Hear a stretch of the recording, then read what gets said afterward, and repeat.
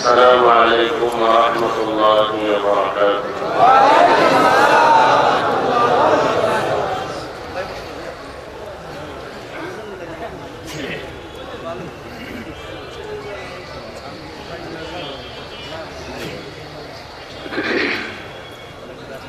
الحمد لله الحمد لله الذي جعل الشمس والقمر بحسبان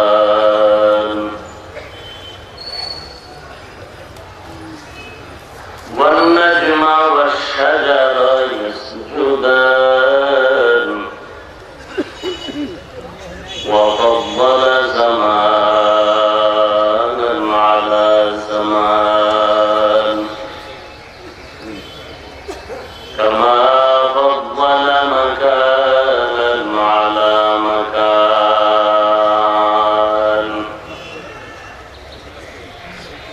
وإنسانا على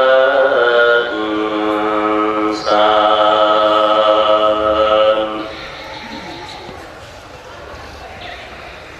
ونشهد أن لا إله إلا الله وحده لا شريك له لا ضد له ولا مثل له ولا مثل له ونشهد أن سيدنا وسندنا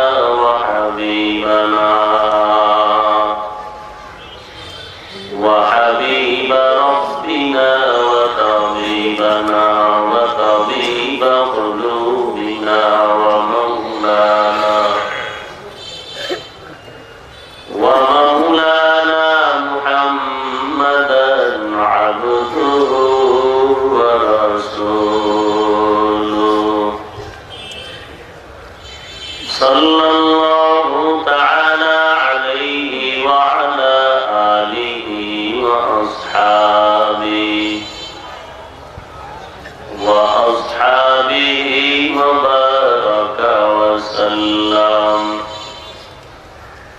وبارك وسلم تسليما كثيرا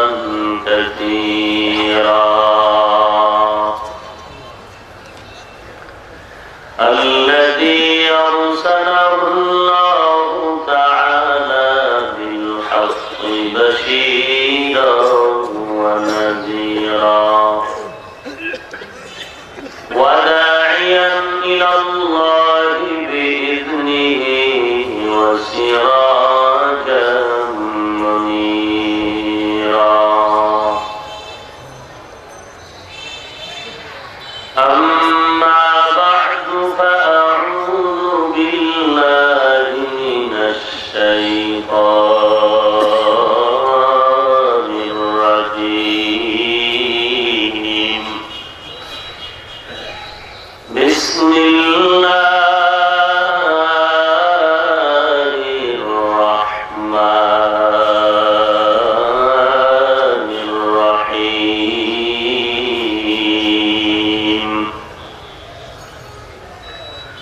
الذي خلق الموت والحياة ليبلوكم أيكم أحسن عملا وهو العزيز الغفور.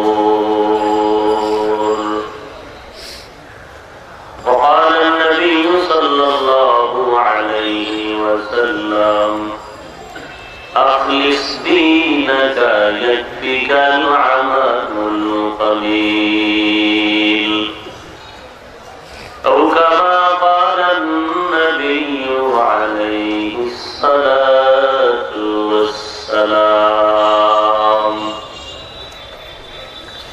صدق الله مولانا العظيم وصدق رسوله النبي الكريم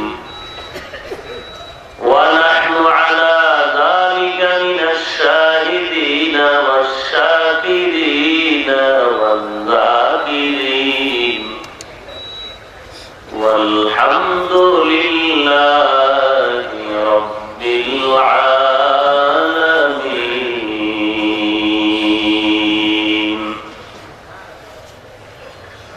اللهم صل على روح محمد في الأرواح وعلى جسد محمد في الأجساد وعلى قلب محمد في القلوب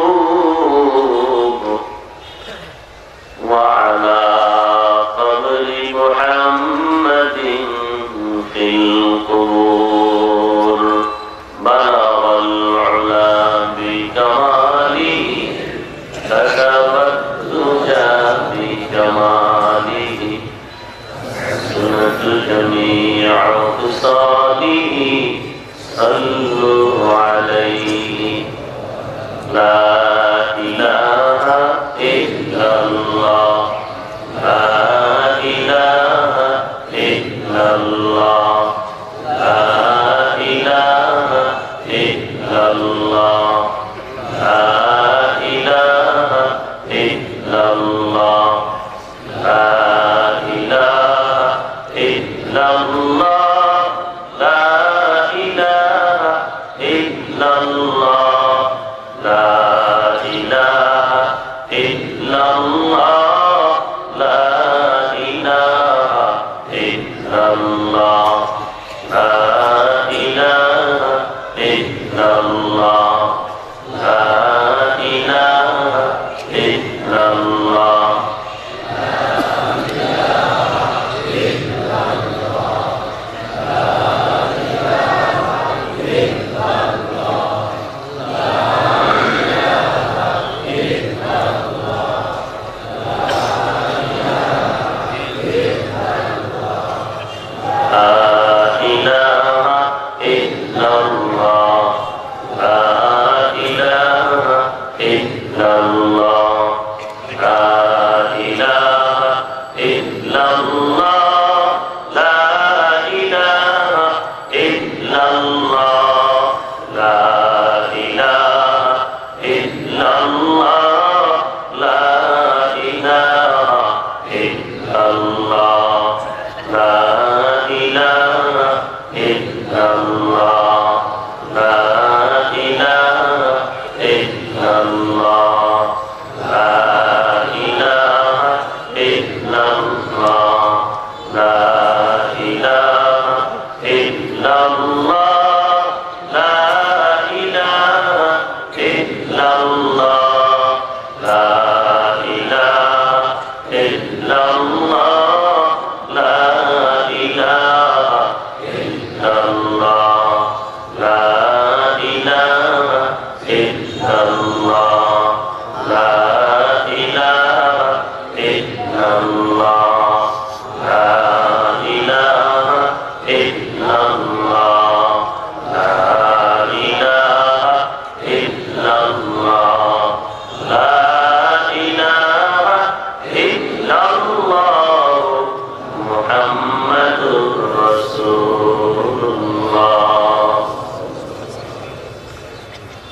سبحانك لا علم لنا إلا ما علمتنا إنك أنت العليم الحكيم.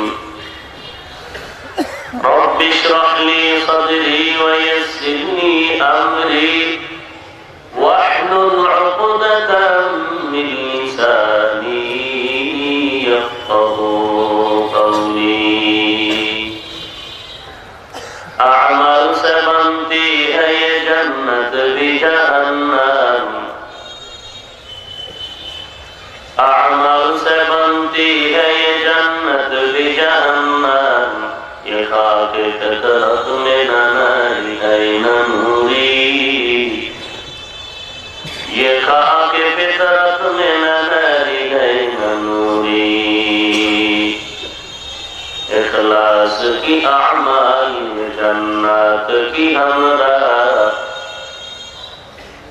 इखलास की आमाल ये जन्नत की हमरा, परहज़ की मक़ासद है जो तक़वा से हासिल मांद, परहज़ की मक़ासद है जो तक़वा से हासिल मांद।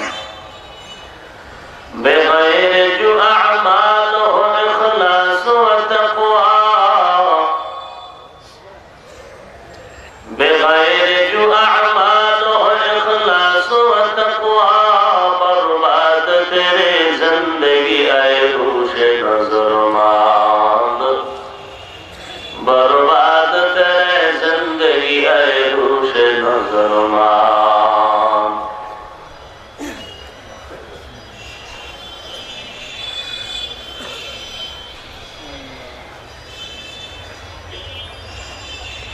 হাফেজ কল্যাণ ঐক্য পরিষদের উদ্যোগে আয়োজিত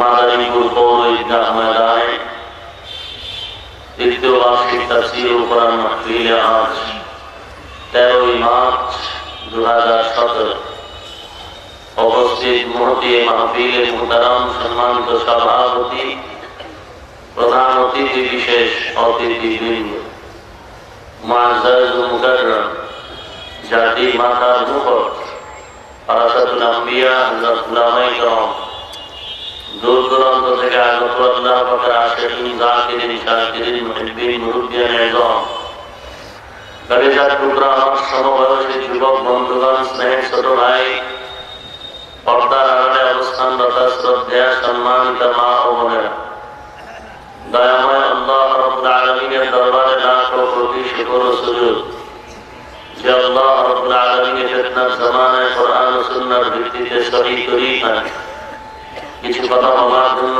শুনবার জন্য আমাদেরকে কবুল ও মঞ্জুর করেছেন। নেয়ামতের শুকর আদায় মুসলমান হিসেবে ঈমানের আওয়াজকে উঁচু করে আওয়াজে উচ্চ কণ্ঠে সকলেই কালিমাতুশ শুকর উচ্চারণ করি আলহামদুলিল্লাহ। লক্ষ কোটি দরুদ ও সালাম সাইয়্যিদুল মুরসালিন রাহমাতুল লিল আলামিন শফিউল মুযনিবিন খাতামুন নবিয়্যিন সাইয়্যিদুস সাকারাইন ইমামুল মুরসালিন শফিউল আযম রাসূল আকরাম রাহমাতুল আলাম নবীউল আরব ওয়াল আজম হাবিবে কিবরিয়া শরফুল আম্বিয়া সৈয়দুল আম্বিয়া শফিউল মাহশর সাকিয়ে কৌসর আকায়ে নামদার মদিনা का ताजदार आफताब नबुव्वत फख्र मौजूदात सय्यदुल मखलूकात हज़रत मुहम्मदुर रसूलुल्लाह सल्लल्लाहु अलैहि वसल्लम कुरान हकीमेर सूरत मुलूकेर দ্বিতীয় আয়াতে কারিমা আমি তিলাওয়াত করেছি। বিশ্বনবী, শেষ নবী, মহানবী, শ্রেষ্ঠ নবী, জিন্দা নবী, হায়াতুন নবী, সকলেই পড়ি সাল্লাল্লাহু আলাইহি ওয়াসাল্লাম। অসংখ্য অগণিত অমীয়মান পবিত্র হাদিস শরীফের মধ্য থেকে হাদিস করেছে। তিলাওয়াতকৃত আয়াতে কারিমা ও হাদিসে পাকের আলোকে সহি তরিকায় ইখলাসুল হানিয়াতের সমন্বয়ে কিছু কথা আমাকে বলার মতো, আপনাদেরকে শুনবার মতো হিম্মত, ধৈর্য, তৌফিক আল্লাহ পাক দান করুন, আমিন। আল্লাযী খালাকাল মাউতা ওয়াল হায়াতা লিয়াবলুয়াকুম আইয়ুকুম আহসানু আমালা।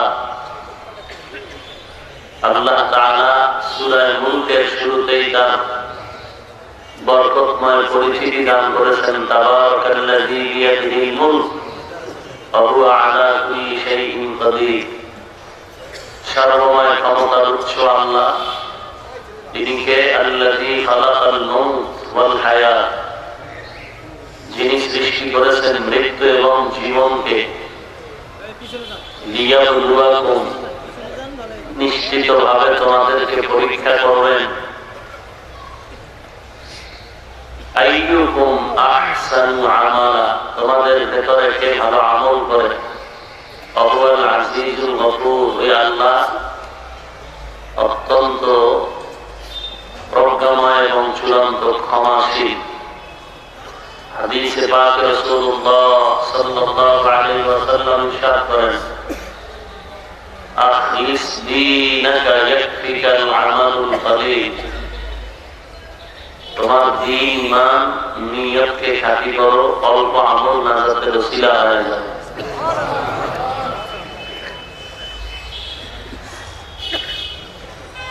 আয়াত ও হাদিসের সংক্ষিপ্ত তর্জমা। আপনারা যদি দোয়া করেন এবং ধৈর্য ধারণ করে বসেন, শেষ দোয়া করে যাবেন, এই আক্ষেপ নিয়ে ইরাদা নিয়ে বসেন। আর আল্লাহ তাআলা যদি তৌফিক দান করেন যে আয়াত ও হাদিসের আলোকে কিছু অনুবাদ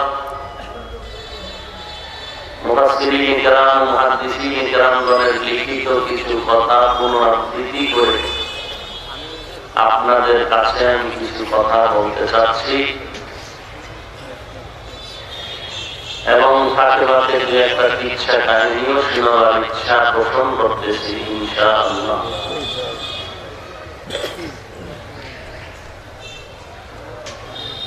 আপনারা যারা দাঁড়িয়ে আছেন, বসলে মনে হয় আরো সুন্দর হবে, বরকত হবে।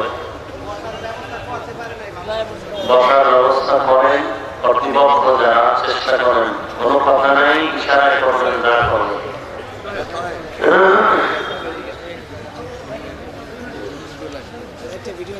আমার আলোচনার বিষয়টা আয়াতের মধ্যে স্পষ্টত এই কথাটা যে আল্লাহ তাআলা জমিনের ভেতরে আমাদেরকে পাঠালেন কেন। প্রথমেই আমি আপনাদেরকে প্রশ্ন করব যে আল্লাহ কি আমাদেরকে পাঠিয়েছেন নাকি আমরা জোর করে আসছি? কে পাঠিয়েছেন? আল্লাহ তাআলার নামটা জবানে উচ্চারণ করতে কোনো বাধা, কোনো ভয়? তাহলে উচ্চ কণ্ঠে আওয়াজ দিবেন, কারণ এ দেশ আমার এবং আমি এদেশের আদর্শবান নিষ্কলঙ্ক নির্ভেজাল একজন আদর্শবান নাগরিক। এ দেশ দ্বিতীয় বৃহত্তম মুসলিম দেশ। এই কথাটা কোন পীরের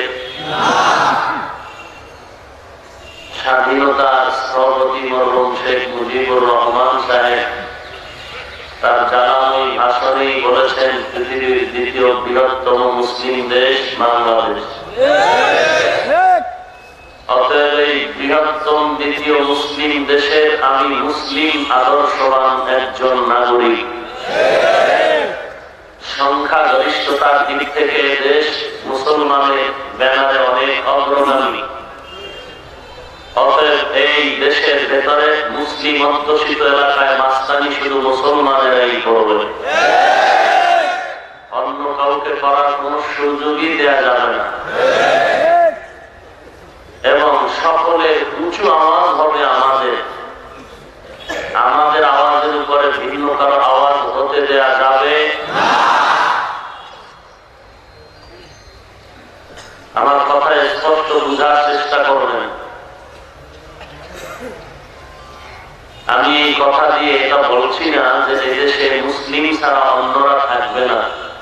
হিন্দু থাক, খ্রিস্টান থাক, বৌদ্ধ থাক, যার যার গতির উপরে, যার যার অস্তিত্বের উপরে নিজস্ব গতিতে চলবে। হিন্দু থাকবে, আমাদের কোনো বাধা নাই, আমরা হিন্দুদের বিরুদ্ধে কোনো কথা বলি না। খ্রিস্টান থাকবে, কোনো বাধা নাই। ইহুদি থাকবে, কোনো বাধা নাই। কিন্তু সকলের একথাটা মনে রাখতে হবে, হিন্দু থাক, খ্রিস্টান থাক, বৌদ্ধ থাক, ওয়াল টাইম তাদের জবানে এই জিকির থাকতে হবে, এই ফিকির থাকতে হবে যে এই দেশ মুসলমানের দেশ। আমরা কোন বিরোধিতায় যাব না, চাই না, আমরা সংঘাত চাই না, আমরা শান্তি চাই। আমরা কি চাই? শান্তি চাই বলেই সংবিধান বাংলাদেশের যেমন ধর্মীয় স্বাধীনতা দিয়েছে, ইসলাম বহু আগেই ধর্মের স্বাধীনতা দিয়েছে। হিন্দু তার ধর্ম নিয়ে থাকবে, খ্রিস্টান তার ধর্ম নিয়ে থাকবে, বৌদ্ধ তার ধর্ম নিয়ে থাকবে। আর আমাদের দেশের সাংবিধানিক এটা অধিকার ধর্মীয় স্বাধীনতা। অতএব আমাদের কারোর সাথে দ্বন্দ্ব নাই। আমরা হিন্দুদের বিরুদ্ধে বলি না, বললেই প্রমাণিত হতো আমরা উগ্রবাদী, আমরা জঙ্গিবাদী, আমরা সংঘাতমুখী। আমরা বলি না, আমরা প্রমাণ দিচ্ছি আমরা আদর্শবান মুসলমান, আমরা উগ্রবাদী নয়, জঙ্গিবাদী নয়, আমরা কোন উশৃঙ্খল জাতি নয়, আমরা সংঘাতের দিকে আগাতে চাচ্ছি না। কিন্তু দ্বিতীয় বৃহত্তম মুসলিম দেশে আযান দিলে মানুষ ঘুমের থেকে উঠে মসজিদমুখী হয়, আজানে প্রকম্পিত হয় গোটা বাংলাদেশ। এই দ্বিতীয় বৃহত্তম মুসলিম দেশে সরকার মুসলমান, বিরোধী দল মুসলমান, জনগণ মুসলমান, চতুর্পার্শ্বে শুধু মুসলমানের আওয়াজ, কোরআনের আওয়াজ, মাদ্রাসার আওয়াজ, উলামায়ে হাক্কানির আওয়াজ। অতএব এই মুসলমানের কলিজার উপরে উচ্চ আদালতের সামনে যদি গ্রিক দেবীর মূর্তির ভাস্কর্য দেয়া হয়, তাহলে এটা প্রমাণ করে যে মুসলমানের সাথে কোন এক চক্র সংঘাত করতে চায়। আমরা বলবো দ্বিতীয় বৃহত্তম মুসলিম দেশে থাকবে গ্রিক দেবীর ছবি, থাকবে না, থাকবে আল্লাহ কোরআনের প্রতিচ্ছবি।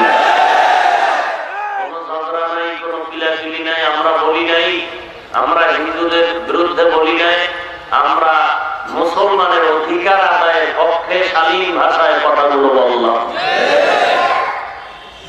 যদি এই শালীন ভাষায় কারো মন নরম না হয়, তাহলে আমাদের বাংলাদেশের উলামায়ে হযরত আহলে হক যদি আদেশ দেন কোন দল ক্ষমতা থেকে নামানোর জন্য আর উঠানোর জন্য নয়, কোন ব্যক্তির গোলামির জন্য নয়, ইসলাম, কোরআন, সুন্নাহ, মুসলমানের ঈমান আমল রক্ষার্থে যদি আমাদের উলামায়ে কেরাম ডাক দেন, আমাদের বিন্দু বিন্দু রক্ত দিয়ে হলেও আমরা আমাদের ঈমানের চেতনায় যে কোনো মুহূর্তে যে কোনো পরিস্থিতির মোকাবেলায় আমরা প্রস্তুত আছি। ওয়াল টাইম ইনশাআল্লাহ।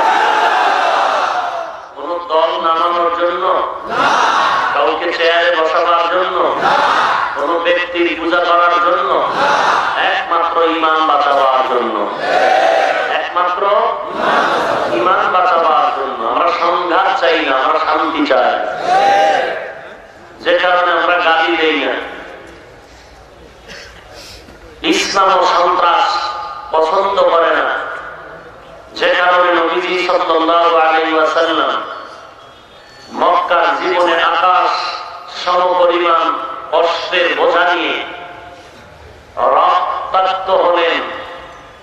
এরপরেও কখনো নবী মক্কার জিন্দেগিতে অস্ত্র হাতে নিয়ে কখনো জিহাদের ময়দানে অবতীর্ণ হননি, বরং শান্তির চূড়ান্ত শান্তির জীবন মদিনার 10 বছরে নবী অস্ত্র হাতে নিয়ে জিহাদের ময়দানে অবতীর্ণ হয়েছেন। প্রশ্ন হতে পারে, প্রচন্ড কষ্ট করেও মক্কায় নবী একবারও লাঠি আর অস্ত্র হাতে নিলেন না, অথচ সুখময় শান্তির জীবন মদিনায় কেন নবী অস্ত্র হাতে নিলেন? দুটো জবাব এখান থেকে আমরা অনুধাবন করতে পারি। এক নাম্বার হলো, বেঈমানের বিরুদ্ধে অস্ত্র নেওয়ার আগে, জিহাদের ঘোষণা দেওয়ার আগে, বেঈমানের বংশ দুনিয়ার থেকে বিদায় করার আগে নিজেকে পরিশুদ্ধ করে নিতে হবে। মানুষকে তুমি টুপির কথা বলার আগে নিজে টুপিওয়ালা হতে হবে। মানুষকে ইসলামের দিকে আহ্বান করার আগে নিজে ইসলামের পরিপূর্ণ আনুগত্যশীল হতে হবে। পর্দার বয়ান করার আগে নিজেকে আগে পর্দাওয়ালা হতে হবে। সুন্নতের বয়ান করার আগে নিজেকে আগে সুন্নতের আমলওয়ালা হতে হবে। এক শ্রেণীর মুসলমান, এরা নবীজির জন্য জীবন দিতে চায়, পর্দা করতে চায় না, হালাল খেতে চায় না, টুপি পড়তে চায় না। নবীর জন্য জীবন দিতে চায়, পর্দা করতে চায় না। নবীর জন্য জীবন দিতে চায়, দাড়িটা লম্বা করতে চায় না। নবীর জন্য জীবন দিতে চায়, সুন্নতের আমল করতে চায় না। তারা কেউ ধার্মিক না, কেউ ধার্মিক না, এদেরকেই বলে ধর্ম ব্যবসায়ী। ধর্মের নামে জিকির করে ধর্ম পালন করে না, এরা ধর্ম ব্যবসায়ী। কেন এই মুসলমানের ভেতরে এত দল? অনেকের প্রশ্ন, মুসলমান হুজুরেরা এত বিভেদ কেন, দ্বন্দ্ব কেন, এত দলাদলি কেন? একমাত্র লোভের কারণে। কিসের কারণে? লোভ তিন প্রকার। কয় প্রকার? সম্মানের লোভ, সম্পদের লোভ, যৌবনের লোভ। সম্মানের লোভ, সম্পদের লোভ, যৌবনের লোভ। পীর সাহেব থেকে শুরু করে মুরিদ, ইমাম, মুয়াজ্জিন, খাদেম, শ্রোতা, বক্তা, মুক্তাদি, শিক্ষিত, অশিক্ষিত, ধনী, গরিব, পাগল, ছাগল, সারা দুনিয়া এই তিন প্রকার লোভের কারণে আল্লাহ তাআলার বিরুদ্ধে চলে যায়। বিশ্বাস হুজুর উল্টা বলেন কেন? খুঁজে দেখবেন এই তিন প্রকারের কোন এক লোভে পড়েছে। হাজী সাহেব হজ করার পরে নাস্তানি করে কেন? খোঁজ করে দেখবেন এই তিন প্রকার লোভের কোন এক লোভে পড়ছে। হয়তো টাকার লোভে, না হয় চেয়ার পাবে, চেয়ার সম্মানের লোভে, অথবা কোন যৌবনের লোভে পড়েছে। কথা বুঝে না? লোভের কারণে। এ হলো আমাদের জবাব। দ্বিতীয় কথা হলো, যারা গায়ের জন্য কিছু মাস্তানি করে হুজুরদেরকে কিছু করতে চায় আর বলে, হুজুর আপনারা এখন না কেন? আমি তোমাকে প্রশ্ন করবো, তুমি আর তোমার স্ত্রী এখন না কেন? তুমি আর তোমার ছেলে মেয়ে এখন না কেন? তোমার ছেলের সাথে ঝগড়া হয় কেন? ওই বাবা, তোমার সন্তানের সাথে তর্ক হয় কেন? তোমার স্ত্রীর সাথে তর্ক হয় কেন?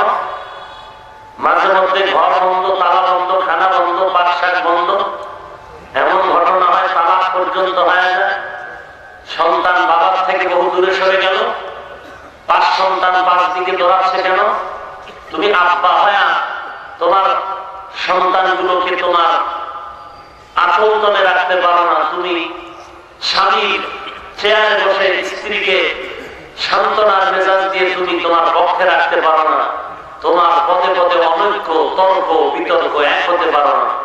আর আমরা হুজুর তো একে অপরের যতটা মাসআলা নিয়ে টুকটাক দ্বন্দ্ব হলেও আমরা তো যে কোনো এক মুহূর্তে ইসলামের দাবিতে এক হই, তাই না? টুকটাক ব্যক্তিগত দ্বন্দ্ব থাকতে পারে না, আমরা মূল টাইমে তো সব এক। ইমানের দাবি আদায় এক। কোন মাদারীপুরের প্রতিটা ধ্বংসের স্লোগানে এ দেশের সব ওলামায়ে কেরাম এক হয়নি। তাহলে আমাদের ভেতরে কোন এরকম হিংসাত্মক, রক্তচক্ষু, রক্তচোষার মতো কোন হিংস্র মনোভাব নেই।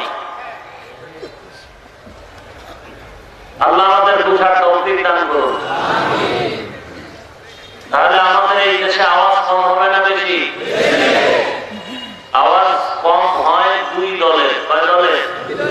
একদল তো এরা আওয়াজ আসতে যায় ধরা পড়া ভয়ে। আর হলো মহিলা, মহিলাদের আওয়াজ, এরা জন্মলগ্ন থেকেই আওয়াজ ছোট হওয়ার সিস্টেমই এমন। এরা যদি 5000 মাইক লাগায় আর আমি একটা মাইক লাগাইতে পারবো? কথা বলেন না কেন মিয়া? দুনিয়াতে আসছি একদিন, যাবো একদিন, মাঝখানে যে টাইমটুকু পাবো বিড়ালের মতো এই জিন্দেগি নয়, সিংহের গর্জন দিয়ে বাঁচতে চাই ইনশাআল্লাহ। একটা আওয়াজ দিলেই বেঈমানরা মাথা নত করে দিবে, আমাদের কোনো লাঠি লাগবে না। মুসলমানের আওয়াজ বেঈমানের ধ্বংসের পরাজয়ের এক অস্ত্র। আমাদের আওয়াজ দিন দিন কমে যাচ্ছে। খানায় ভেজাল, নবীর সুন্নতের আমলে ভেজাল। আল্লাহ আপনি আমাদের হেদায়েত দান করুন। তাহলে আমাদের আওয়াজ কম না বেশি? মহিলাদের শরীর যেমন ঢেকে রাখা ফরজ, মহিলাদের আওয়াজ ঢেকে রাখাও সন্দেহ আছে নাকি? মহিলাদের আওয়াজ ঢেকে রাখা ফরজ কেন? মহিলাদের শরীরের কোন অংশ দেখে ভিন্ন পুরুষ যেমন আকর্ষিত হয়, ঠিক মহিলাদের কণ্ঠ শুনে ভিন্ন পুরুষ আকর্ষিত হয়। এ কারণে ভিন পুরুষ থেকে শরীরকে ঢেকে রাখা এবং আওয়াজকে ছোট করে রাখা এটা ফরজ। গায়ে জোরে আপনি না মানলে আপনার সাথে কিলাকিলি নেওয়ার টাইমও নাই, সবও নাই। গায়ের জোরে মাসি না কেউ পাঠিয়েছেন? কে পাঠিয়েছেন? জিব্বা নাড়ায় আল্লাহ বললে শরীর দুর্বল হয়ে যাবে। মহব্বতে বলেন কে পাঠিয়েছেন? এই যে আল্লাহ কয় ডাক দিলেন, কতটা গুনাহ হলো? জি, সওয়াব হয়েছে। সওয়াবের দরকার নেই আপনাদের। কেন? অনেক তারছেরা বলে এত সওয়াব রাখবো কই? যে সূরায় কয় ও সওয়াবের কাজ মোটেই করে না। এই সব পিছনে লোক নামাজের কাতারের সামনে বাচ্চা রাখা যায় আছে, হজের প্যান্ডেলও যায় নেই। বুঝেন না কথা? যে বলে এত সওয়াবের প্রয়োজন কি, সে সওয়াবের কাজ মোটেই করে না। আপনাদের সওয়াবের দরকার আছে? আল্লাহ পাক কবুল করুন। কে পাঠিয়েছেন? আবার প্রশ্ন হলো, কেউ যদি কাউকে পাঠায় কোনো কারণ ছাড়া, না কারণ আছে? সংক্ষেপে কারণটা জানতে চাই। হে মালিক, আপনি যে আমাদেরকে পাঠিয়েছেন, আমরা কেউ আসিনি, বরং না আসার জন্য মাকে লাথি মেরেছে, মা কষ্টে বিছানায় পড়ে গেছে। আল্লাহ, আপনি আমাকে পাঠিয়েছেন, কেন পাঠিয়েছেন? মাস্তানি করার জন্য? অনর্থ দুনিয়ায় কয়েকদিন ঘুরে ফিরে যাব। কিছু আছে বলে পুতুল যেমনি নাচে তেমনি নাচায়, পুতুলের কি দোষ? হ্যাঁ, আল্লাহ তাআলা পাঠাইছেন কয়েকদিন ঘুরে ফিরে চলে যাই। টাকার পেছনে দুনিয়া ঘুরলে আমিও ঘুরি, অসুবিধা কি? আসলে এই কি অনর্থক পাঠিয়েছেন? কখনো না। আপনি দেখেন, আসমানকে বানাইলেন, বিশাল আসমান, একটা সাত আসমান। পৃথিবীতে আল্লাহ সব বানিয়েছেন, আসমান, জমিন, গ্রহ, নক্ষত্র, সৌরজগৎ, নবমণ্ডল, ভূমণ্ডল, আদম, মানুষ ছাড়া যাহা কিছু আছে সবগুলো মানুষ সহ এর স্রষ্টাকে আল্লাহ। দেখেন, আমরা মানুষ শুধু, আল্লাহ যাহা কিছু বানিয়েছেন এর ভেতরে শুধু আমরা মানুষেরাই দুর্বল। পৃথিবীতে আর কেউ দুর্বল নেই। মানুষ দুর্বল, মানুষের মতো দুর্বল প্রাণী আর পৃথিবীতে। মানুষ কেমন দুর্বল? একটা পিপীলিকার সামনেও দুর্বল। মানুষ একটা পিপীলিকার সামনেও দুর্বল। শুধু আল্লাহ বানানো ক্ষুদ্র পোকা পিপীলিকার কাছে কেন, মানুষের তৈরি করা একটা পাতলা বেলেনের কাছেও মানুষ দুর্বল। কিন্তু আসমান কত ভারী শক্তিশালী, এই পৃথিবীর শ্রেষ্ঠ দুর্বল। শ্রেষ্ঠ দুর্বলই হল শ্রেষ্ঠত্বের মর্যাদায়। দেখছেননি আল্লাহ তাআলার কি নিজাম? আপনার ছেলে মেয়ে আছে, ছেলে 10 বছর, মেয়ে 12 বছর, আর একটা আছে মাত্র 4 বছরের বা 3 বছরের শিশু বাচ্চা। বলেন তো, মা বাবার মায়া কার দিকে বেশি? কেন? দুর্বল। কেন? কোথাও যদি আম্মা কাছে যায়, বলে ছেলেদেরকে বলে, মেয়েকে বলে, দেখিস তোর যেন কোনো ক্ষতি না হয়, ওর দিকে নজর রাখিস। দুর্বলের প্রতি মানুষের মন আগানো।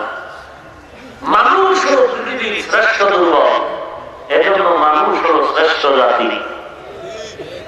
আর দুর্বলের দিকে সবার নজর। আল্লাহ ভাই, আসমান, জমিন, আমার মানুষ দুর্বল, বান্দা দুর্বল, এদের দিকে তোরা তুই করিস না। তোরা খেদমত কর। আমার বান্দার পানি লাগবে, খেদমত করবি। আমার বান্দার আলো লাগবে, দিবি। আমার বান্দা দুর্বল, তোরা শক্তিশালী মাস্তানি করিস না। আমার বান্দার যখন বাতাসের দরকার দিস, আমার বান্দা যেন কষ্ট না পায়, দুর্বল। আবার এই বান্দার মধ্যে সারা দুনিয়ার মানুষের ভেতরে লেডিস হলো দুর্বল। কথা বলেন, লেডিস দুর্বল না? বিশেষ করে আল্লাহর বানানো সৃষ্টি হিসেবে দুই দিকের দুর্বলতা, একটা হলো মেধা আর হলো কি শক্তি। এই দুইটা জন্মগত দুর্বলতা। এ যদি একেবারে 50 বছর খালি ডিগ্রি লাগায়, একেবারে ডিগ্রি লাগাইতে পুরুষের অর্ধেক। আর যত এক্সারসাইজ করবে, যত ব্যায়াম করবে, ভিটামিন খাবে, পুরুষের অর্ধেক। কথা বলবেন কেন আপনারা? সত্য বললে উত্তর দিবেন বিড়ালের মতো নয়, সিংহের মতো। আর মিথ্যা বললে জুতাটা নিয়ে দাঁড়াবেন। এখানে থাকবেন, উল্টা পাল্টা বললে আমাকে জুতা মারবেন, কোনো কথা নাই। আর সত্য বললে বিড়ালের মতো নয়, সীমা আমাদের পায়ের তলে থাকবে, আমরা থাকবো উঁচু জাতি জলে। পায়ের তলে থাকবে, আমরা থাকবো উঁচু জাতি জলে।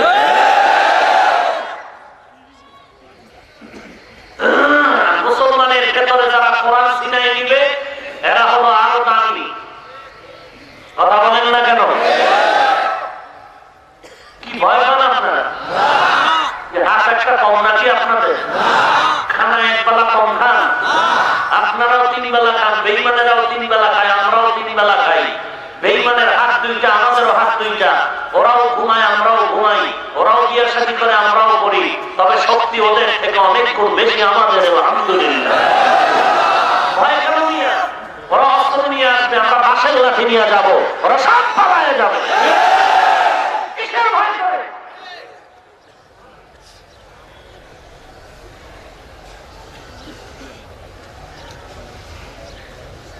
আল্লাহ আমাদের হেদায়েত দান করুন।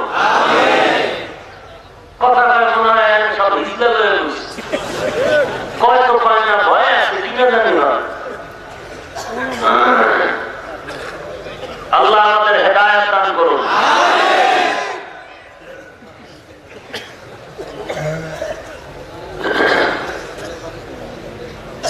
মানুষ দুর্বল, মানুষের ভেতরে নারীরা আরো দেখছেন নি? মানুষ দুর্বল, এর ভিতরে আরো দুর্বল নারী, যে কারণে পুরুষের থেকে নারী আরো দামি। নারী পুরুষের থেকে মর্যাদা নারীদের কম না বেশি? দেখছেন নি? এখন একদম বেঈমান পাগল হয়ে গেছে, তার বেশি লাগবে না, সমান সমান। যারা বলে ইসলাম নারী সম্মান দেয়নি, এরা আমগো বরিশালীরা গ্রামের ভাষায় সব লুচ্চা, এরা নারীর দুশ্মন, এরা মানবতার দুশ্মন, এরা স্বাধীনতার দুশ্মন। ওরা চায় নারীর স্বাধীনতার নামে নারীদের বেপরদায় নামায়া পণ্য হিসাবে ভোগ করবে। ওরা লম্পট।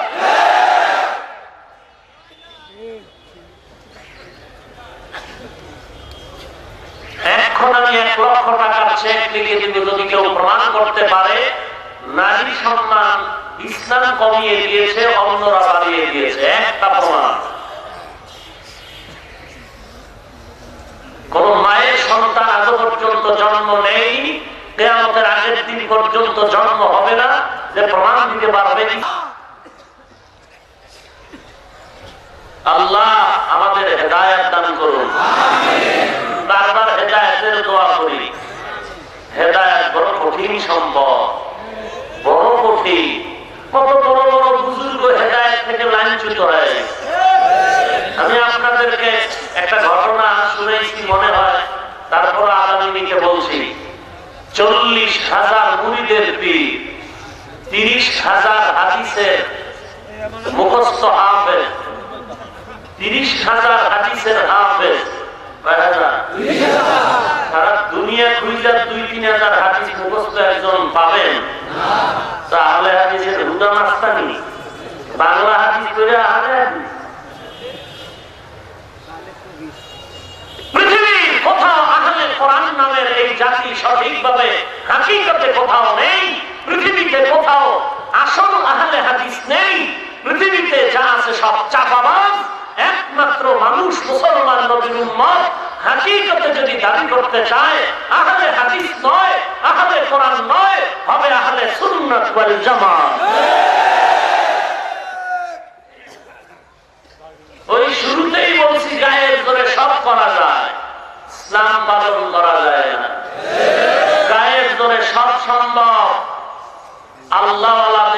মানুষের দোয়া পাওয়া সম্ভব না। গায়ের জোরে সবই সম্ভব, কিন্তু আল্লাহর নৈকট্য অর্জন সম্ভব নয়।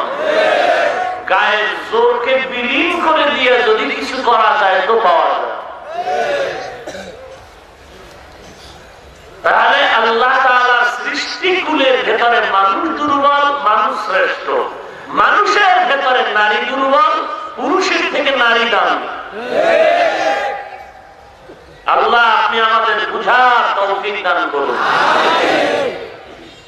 আল্লাহ বলেন, এই দুর্বল মানুষ শক্তিশালী বাদ আমার বান্দার দিয়ে খেদমতের নজরে তাকাবি, মেজাজটা গরম করবি না, কারণ এরা দুর্বল, এরা দামি।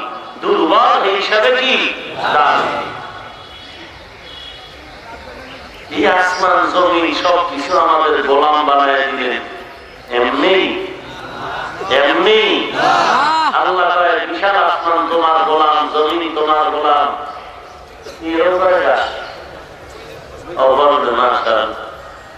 পাহাড় তোমার গোলাম, আসমান তোমার গোলাম, সব তোমার গোলাম এমনি না কারণ আছে? বিশাল সৃষ্টি জগৎ মানুষের গোলাম বানিয়ে দিলাম এমনি? আল্লাহ বলেন এমনি না, তোমরা মনে করেছো এমনি। আল্লাহ বলেন না। আফাহাসিবতুম আন্নামা খালাকনাকুম আবাসা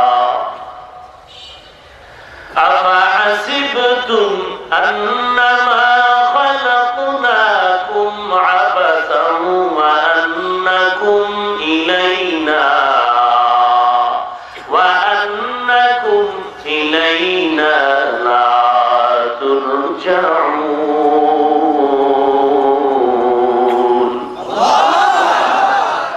আল্লাহ তাআলা বলেন, হে মানুষ, তোমরা ধারণা করেছো তোমাদের আমি অনর্থক বানিয়েছি। না না, আমি তোমাদের অনর্থক বানাই নাই।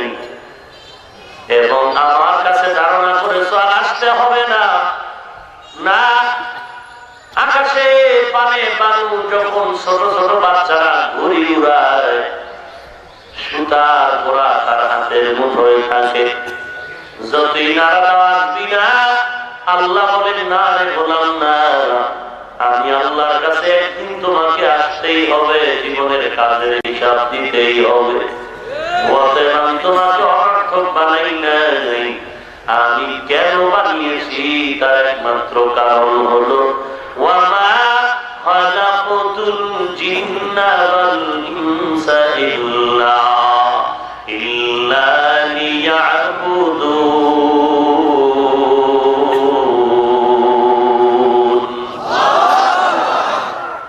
আল্লাহ তাআলা বলেন, আমি মানুষ বানাবার এক নাম্বার কারণ হলো আমার ইবাদত করার জন্য আমি মানুষ বানাইলাম। কার ইবাদত করার জন্য?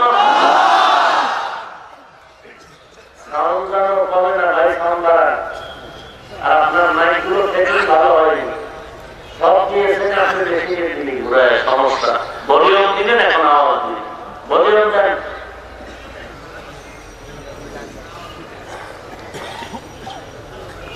আল্লাহ তাআলা বলেন, আমি মানুষ বানাবার এক নাম্বার কারণ হলো ইবাদত। কার ইবাদত? আরো মহব্বতে বলেন, কার ইবাদত? আল্লাহ তাআলার ইবাদত করার জন্য আল্লাহ আমাদের বানাইছে। ঘুমানোর জন্য বানান নাই, খানার জন্য বানান নাই, ব্যবসার জন্য বানান নাই।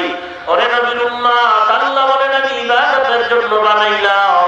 ওরে মুমিন, তুমি দুনিয়াতে আসার থেকে কবর পর্যন্ত যা করবা সব হলো ইবাদত। মুমিন কান্না করবা ইবাদত, মুমিন যদি খানা খায় তাও ইবাদত, মুমিন যদি কাউকে দুশমন ভাবে তাও ইবাদত, মুমিন যদি কাউকে বন্ধু বানায় তাও ইবাদত, মুমিন যদি হাসে তাও ইবাদত, মুমিন যদি কান্না করে তাও ইবাদত, মুমিন যদি বাথরুমে যায় ইবাদত। এক কথায় মুমিন যা করবে, যা বলবে সব ইবাদত। বিনা কারণে নয়, বিনা শর্তে নয়, দুইটা শর্তের বিনিময়। দুই শর্ত মেনে বান্দা নামাজ পড়বা ইবাদত, দুই শর্ত নাই নামাজ পড়লে ইবাদত হবে না। দুই শর্ত মেনে কান্না করো ইবাদত, দুইটা শর্ত মেনে যদি বান্দা হাসি দাও তাও ইবাদত। এক নাম্বার শর্ত রেজা বিল কাজা, দুই নাম্বার শর্ত হলো তরিকায়ে রাসূল। আমি যা করবো যা বলবো সব সন্তুষ্টির জন্য আমি যা করবো যা বলবো সব আল্লাহ নবীর তরিকা। নবীর তরিকা, কোন পীরের তরিকা? তরিকা কার? নবীর তরিকা। কথা তো সুন্দর, নবীর তরিকা হলে আবার মাযহাব নামের এক তরিকা কেন, তাবলীগ নামের এক তরিকা কেন, পীরের দরবারের আর এক তরিকা কেন? এইসব ভেজালের একটাই কারণ, কোরআন সুন্নাহর শিক্ষার যথেষ্ট অভাব। আমি সারা দেশ জুড়ে বলি, যারা একচেটিয়া পীর মুরিদির বিরুদ্ধে কথা বলে, তাবলীগের বিরুদ্ধে কথা বলে, মাযহাবের বিরুদ্ধে কথা বলে, তারা জাতীয় মুনাফিক। তারা জাতীয়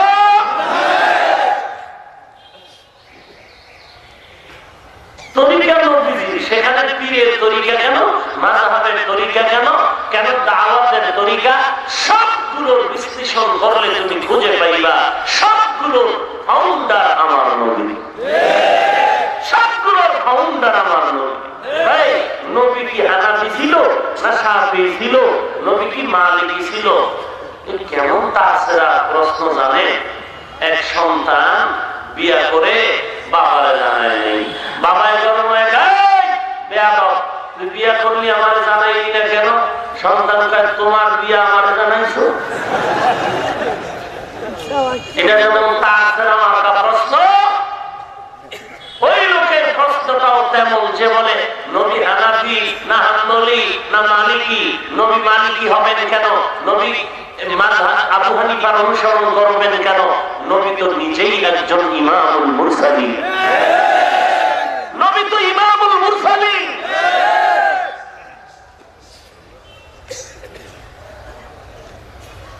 নবীর যুগে নাই সাধারণ পাবলিকের বাস যে কি সহজে দেয়, নবীর যুগে নাই, মানবো কেন? নবী যা করেন নাই করবো কেন? নবী জীবনে ম্যাডাম সামনে লয়া লেকচার দেয় নাই, দাও কেন? কথা বল না কেন? নবীজি জীবনে শার্ট প্যান্ট টাই পরে নাই, পারো কেন?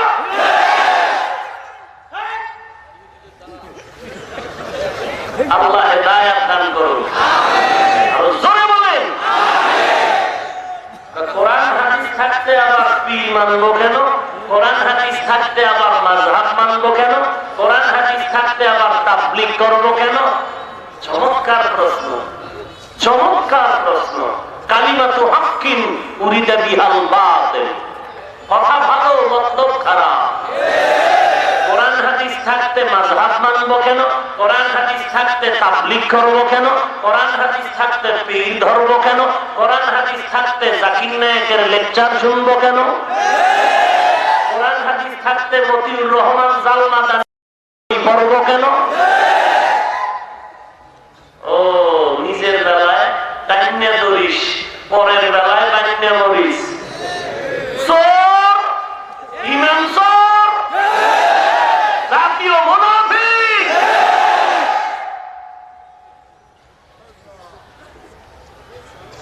আল্লাহ হেদায়েত দান করুন। একটা গালিও দিয়েছি, কাউকে কাফের বলছি, একটু না বললে হয়? রক্ত আমার মধ্যে নাই, রাগ নাই, একটু না বললে রক্তের হক আদায় হয় না। এজন্য বলছি এই নিয়তে, কালকে যদি শুনি যে তওবা করছে, সাথে সাথে দৌড়ায় গিয়ে জুতা আমি টানবো, এক প্লেটে মহব্বতে খানা খাবো। কোনো হিংসা নাই। ভুল আমারও হতে পারে, ভুল তোমারও হতে পারে, ভুলের ঊর্ধ্বে নয়। ভুল হলে কি করবা? 13টা মাইক লাগায়া রাত্র 1টার পরে 10 জন মানুষ লইয়া এরপরে অন্ধকার রাত্রে গালি দিবা, কাফের কাফের কাফের। খোলা মাঠে গোল দিলে ফিরায় কে? আল্লাহ হেদায়েত দান করুন।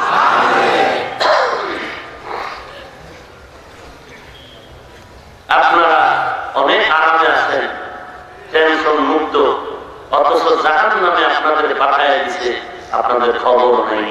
আপনাদের আমাদের কালেমা, আওয়ামী লীগ, বিএনপি, জাতীয় পার্টি, সকলে মুসলমানের কালেমা তো একটাই, লা ইলাহা ইল্লাল্লাহু মুহাম্মাদুর রাসূলুল্লাহ।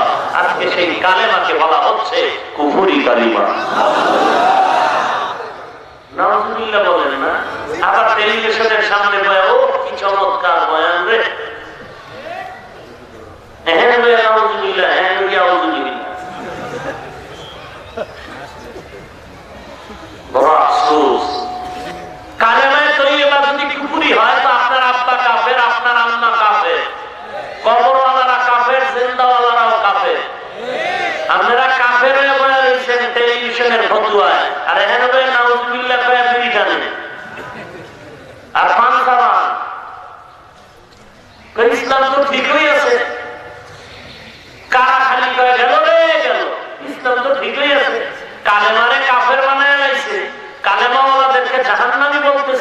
আর আপনি বলেন ইসলাম ঠিক আছে।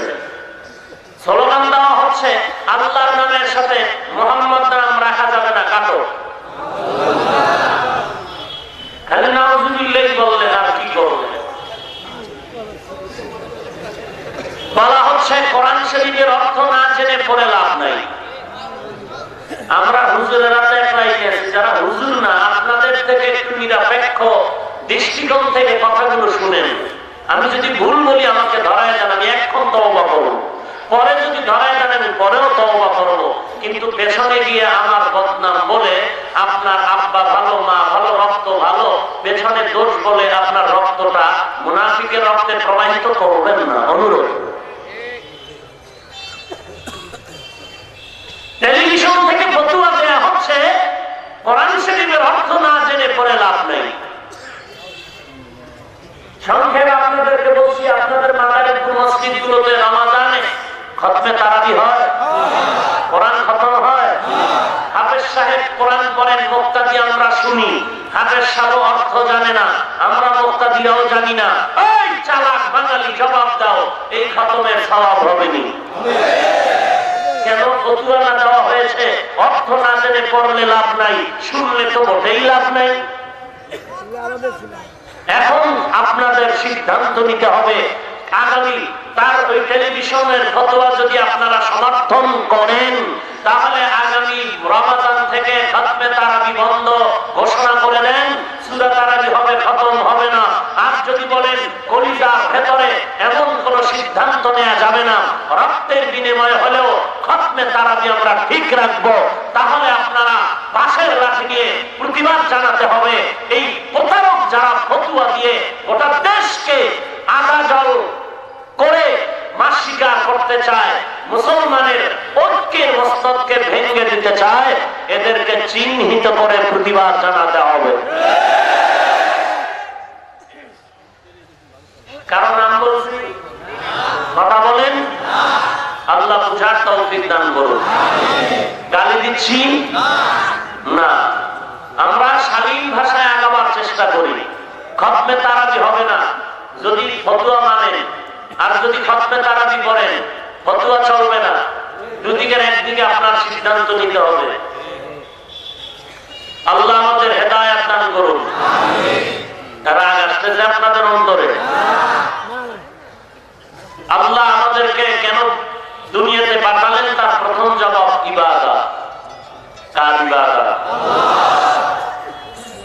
আল্লাহ তাআলা বলেন, এক নাম্বার আমার ইবাদত। আমার ইবাদত করার জন্য দুনিয়ায় মানুষ পাঠাইলাম। মুমিন তুমি যা করবা, যা বলবা সব ইবাদত। দুইটা শর্তের বিনিময় হলো ইবাদত। এক নম্বরে আমি যা করবো, যা বলবো কার জন্য? কার তরিকায়? ইন্না সালাতি ওয়া নুসুকি ওয়া মাহইয়ায়া ওয়া মামাতি লিল্লাহ ওয়া মামাতি লিল্লাহি রাব্বিল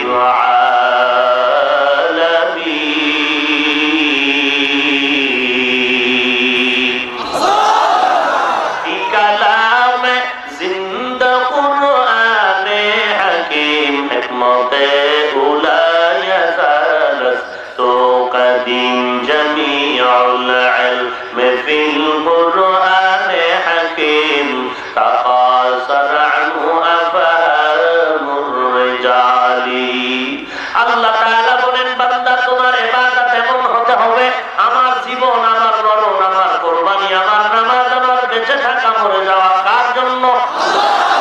আমি ব্যবসা করি আল্লাহর জন্য, বয়ান করি আল্লাহর জন্য, বয়ান শুনি আল্লাহর জন্য, আমি খানা খাই আল্লাহর জন্য। আল্লাহর মহব্বতে নবীর তরিকায় বান্দা যদি খানা খায়, তাহলে বান্দা দস্তারখান ছাড়া খাবে না, বিসমিল্লাহ ছাড়া খানা শুরু করবে না, চেয়ার টেবিলে খাবে না। আল্লাহর মহব্বত নবীর তরিকায় যদি বান্দা ব্যবসা করে, দোকানে রাখবে না, বিক্রি করা মাল ফেরত নেওয়া হয় না। আল্লাহর মহব্বতে যদি ব্যবসায়ীরা ব্যবসা করে, দোকানে রাখতেই হবে, অবশ্যই বিক্রি করা মাল ফেরত নেওয়া হয়। ভাইরা আমার, লম্বা কথা এখানে এখানে ছেড়ে দিলাম। দ্বিতীয় কারণ আমরা আল্লাহ কেন আমাদের দুনিয়ায় পাঠালেন। 2 নাম্বার কারণ হলো আমার তেলাওয়াতকৃত আয়াত, আল্লাযী খালাকাল মাউতা ওয়াল হায়াতা লিয়াবলুয়াকুম আইয়ুকুম আহসানু আমালা ওয়া হুয়াল আজিজুল গফুর।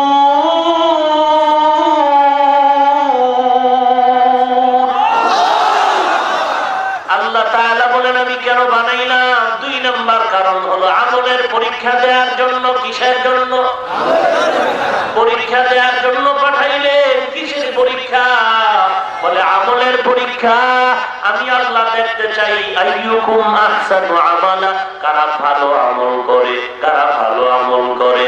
একটু ভালো করে জেনে শুনে জবাব দেন। আল্লাহ আমাদের যে পাঠাইলেন আমলের পরীক্ষার জন্য, বেশি আমলের জন্য না ভালো আমল? বেশি আমল না ভালো আমল? আজ থেকে মুখস্থ করে নেন, আল্লাহ আমাদের পাঠাইলেন আমলের জন্য, বেশি না ভালো? ব্যবধান আছে তো? বেশি আর ভালোর মধ্যে ব্যবধান নেই? ওরে আল্লাহর বান্দা, ধানের বস্তা অনেক বেশি, কিন্তু সব চিটা। ভালো বস্তা একটা, চিটা নাই। বেশি আমল না ভালো আমল? ভালো করে মুখস্থ করবেন। বেশি আমল না ভালো আমল? বেশি আমলের দাম নাই, ভালো আমলের দাম। বেশি আমল ইবলিস করে নাজাত পেতে পারলো না। আল্লাহ তাআলা বলেন আমি বেশি আমল চাই না, ভালো আমল চাই। বেশি আমল চায় না, ভালো আমল। তবে কোন দিনের আমল ভালো হবে আমারও জানা নাই, আপনারও জানা নাই। নামাজ ভালো, পর্দা ভালো, ইবাদত ভালো, সব ভালো। তবে কোন দিনের নামাজ, নেক আমল, নেক আমল, এই আমলের পরীক্ষা দেওয়ার জন্য আল্লাহ দুনিয়ায় পাঠাইলেন। তবে কোন দিনের জিকিরটা আল্লাহর কাছে ভালো করে গ্রহণ হবে জানা নাই। কোন দিনের নামাজ আল্লাহর কাছে ভালো করে কবুল হবে জানা নাই। কোন দিনের নামাজ তেলাওয়াত আল্লাহর কাছে ভালো করে কবুল হবে জানা নাই। অতএব তুমি আমল বন্ধ করো না, চালায় যাও, চালায় যাও। সেজদা বন্ধ করো না, নামাজ বন্ধ করো না, তেলাওয়াত বন্ধ করো না, জিকির বন্ধ করো না। একদিন না একদিন যদি জায়গা মতো সেজদাটা পড়িয়াই যায়, একটা সেজদাই হবে জান্নাতে নেওয়ার কারণ। ভালো আমল না বেশি আমল? আমল মানে কাজ, আমল মানে কি? কাজের আরো একটা শব্দ আরবি হলো ফেলুন মানিও কাজ। ফেলুন মানিও কাজ, আমালুন মানিও কাজ। 2 কাজের ব্যবধান হলো, 1 নাম্বার ফেল এমন কাজ যেটা করা মাত্র ক্রিয়া শেষ। আমল এমন কাজ যেটা করার পরে ক্রিয়া বাকি, শেষ হয় না। 2 নাম্বার ব্যবধান। ফেল এটা দুনিয়ার কাজের সাথে সম্পৃক্ত, আর আমল এটা আখিরাতের কাজে সম্পৃক্ত। এর নবীর উম্মতের দল। এই আমল আবার 2 ধরনের, নেক আমল, বদ আমল। নেক আমল, বদ আমল। নেক আমলকে আল্লাহ বলেন আমলে সালেহ। মান আমিলা সালিহান ওয়া ক্বাল। আল্লাহ তাআলা বলেন যার আমল ভালো, নেক আমল, নামাজ নেক আমল, পর্দা নেক আমল, জিকির, গালি দেওয়া, কথা নাম না। ইন্নাল্লাযীনা আমানু ওয়া আমিলুস সালিহাত। 2টা কাজ করো, নেক আমল আর ঈমান মজবুত করো, জান্নাতুল ফেরদাউস রিজার্ভ। ওয়াল আসরি ইন্নাল ইনসানা লাফি খুসর ইল্লাল্লাযীনা আমানু ওয়া আমিলুস সালিহাত ওয়া তাওয়াসাউ বিল হক ওয়া তাওয়াসাউ বিস সাবর। 4 গুণওয়ালা মানুষ জান্নাতি। এর মধ্যে 1 নাম্বার গুণ হলো ঈমান, 2 নাম্বার গুণ হলো নেক আমল। ওয়া মান আহসানু কাওলাম মিম্মান দাআ ইলাল্লাহ ওয়া আমিলা সালিহান ওয়া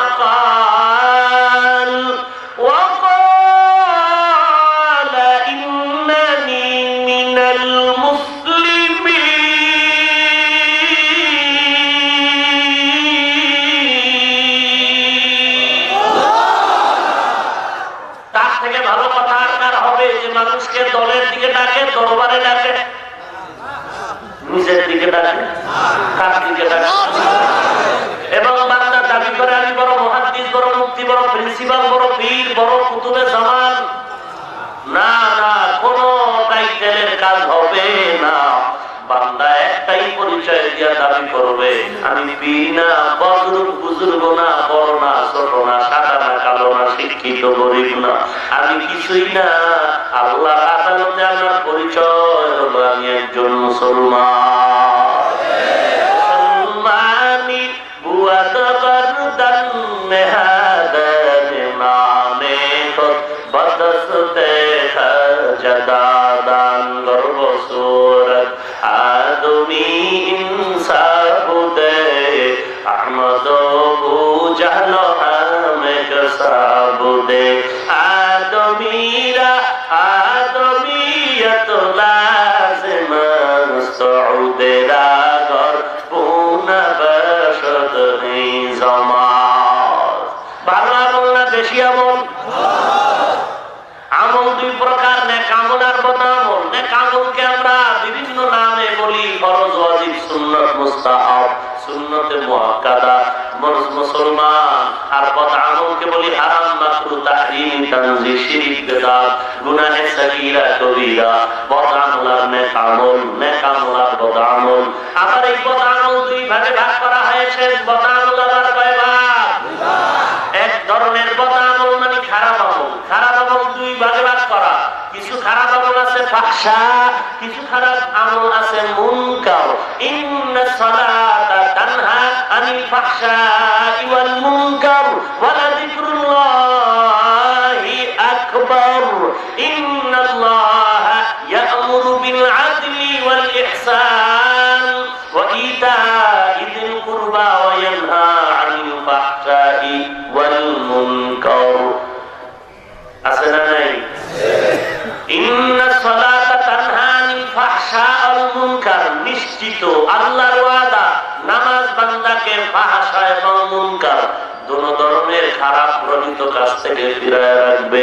আল্লাহ তাআলা বলেন এই বদ আমলকে দুই ভাগে ভাগ করা হলো। কিছু বদ আমল ফাহশা, কিছু বদ আমল মুনকার। ফাহশা এমন খারাপ আমল যেগুলো বুঝার জন্য কোনো দলিলের প্রয়োজন হয় না, বিবেক নামের আদালত যথেষ্ট। মুনকার এমন খারাপ আমল যেগুলো বুঝার জন্য বিবেক যথেষ্ট নয়, দলিলের প্রয়োজন হয়। যেমন গালি দেওয়া ভালো আমল না খারাপ আমল? কথা বলেন। খারাপ আমল এটা বুঝতে দলিল লাগবে না বিবেক যথেষ্ট? এটাই হলো ফাহশা। মিথ্যা বলা খারাপ আমল না ভালো আমল? খারাপ আমল না ভালো আমল মিথ্যা বলা? এটা বুঝতে দলিল লাগবে। এটাই হলো ফাহশা। আল্লাহর নবী বলেন আসিদকু ইউনজি ওয়াল কিযবু ইউহলিক। মিথ্যা মানুষকে ধ্বংস করে দেয়, সত্য মানুষের বিজয়ী করে দেয়। ওরে নবীর উম্মত, এই মিথ্যা বলা খারাপ আমল, গালি দেওয়া খারাপ আমল। এটা এমন খারাপ বুঝার জন্য কোনো দলিলের প্রয়োজন নাই, বিবেক নামের দলিল যথেষ্ট। আর এমন কিছু খারাপ আমল আছে যেটা বুঝতে হলে দলিল লাগবে, বিবেক যথেষ্ট না। যেমন সিজদা করা ভালো না খারাপ?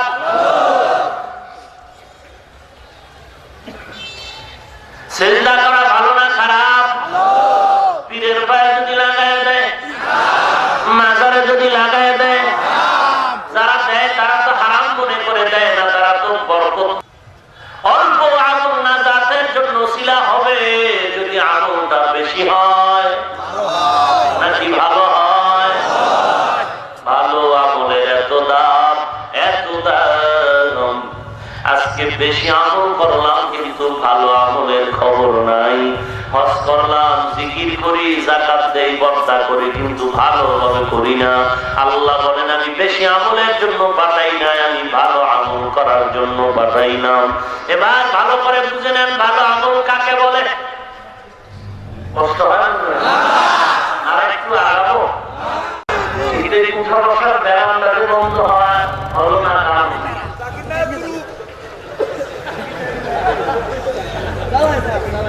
আল্লাহ হেদায়েত দান করুন। আর ওজনে বলেন দিন থাকিতে লা ইলাহা ইল্লাল্লাহ বলো ভাই। দিন থাকিতে লা ইলাহা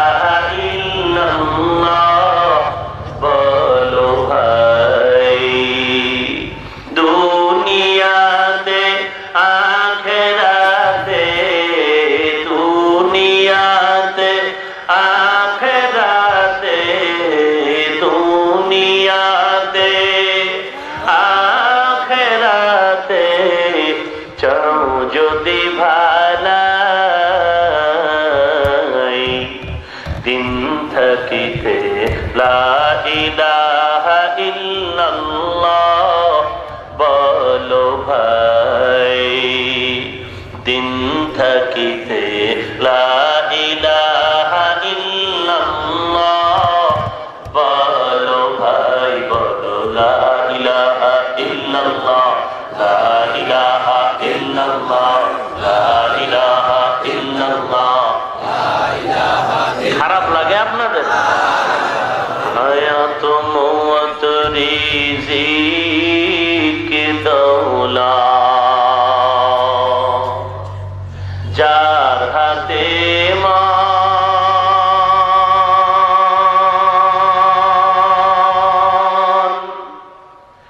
একবার তুই তার কথাটা ভাবিস নে কখন,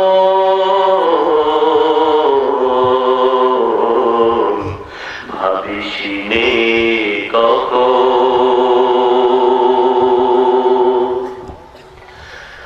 আসবে যেদিন দুঃখের রাতি,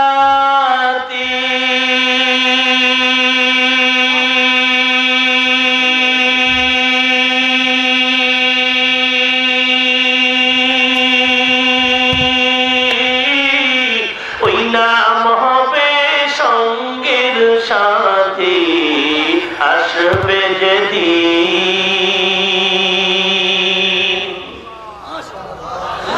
আসবে যেদিন দুঃখের রাতি,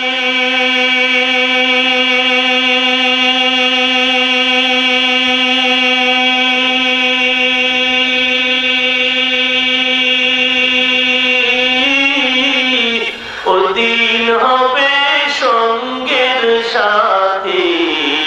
ও নাম বিনে পরকালে, ও নাম বিনে দুনিয়াতে, ও নাম বিনে দোজাহানে বন্ধু কেহ নাই। দিন থাকিতে লা ইলাহা ইল্লাল্লাহ বলো ভাই, দিন থাকিতে লা ইলাহা ইল্লাল্লাহ বলো ভাই, বলো লা ইলাহা ইল্লাল্লাহ, লা ইলাহা ইল্লাল্লাহ। দুনিয়াতে আখেরাতে, দুনিয়াতে আখেরাতে, দুনিয়াতে আখেরাতে চাও যদি ভালাই, দিন থাকিতে লা ইলাহা ইল্লাল্লাহ বলো ভাই, বলো লা ইলাহা ইল্লাল্লাহ।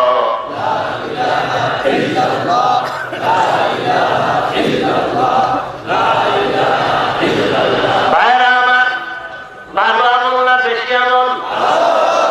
এবার শুনো হে মুমিন, ভালো আমল কাকে বলে? পয়গম্বরের সাহাবী মুআয ইবনে জাবাল রাদিয়াল্লাহু তাআলা আনহু লিখেছেন, যেই আমলের ভেতরে চারটা জিনিস পাওয়া যাবে ওই আমল হবে ভালো আমল। কয়টা জিনিস? চার জিনিসওয়ালা আমল হবে ভালো আমল। আর ভালো আমল হবে নাজাতের উসিলা। একদল ফিতনাবাজ বলে আমল কোন উসিলা বানানো যাবে না। নবীর উম্মত, আমি শুরুতেই বলেছি সব ভেজালের একটাই কারণ, কোরআন হাদিসের গভীর ইলম নাই। ভালো করে মনে রাখবেন, ভালো আমল না বেশি আমল? ভালো আমলের জন্য কয় জিনিস লাগবে? ভালো করে মুখস্থ করেন, কয় জিনিস? এক নম্বরে লাগবে ইলম।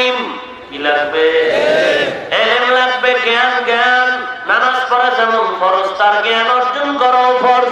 পর্দা করা যেমন ফরজ, কিভাবে আমি পর্দা করবো তার পদ্ধতি জানাও ফরজ।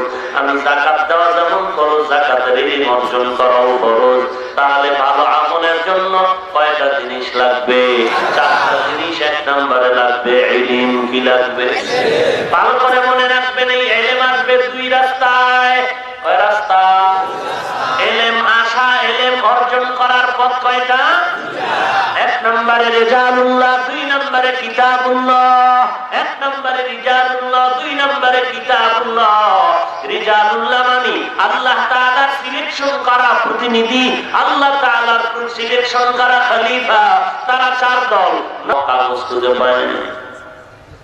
ওই জিন কেউ সাগরের মধ্যে এখন আছে, কেউ জঙ্গলের ভেতরে আছে। আদম নবী দুনিয়াতে আসার 2000 বছর আগে জমিনে বসবাস করতো কারা? তখন জঙ্গল ছিল।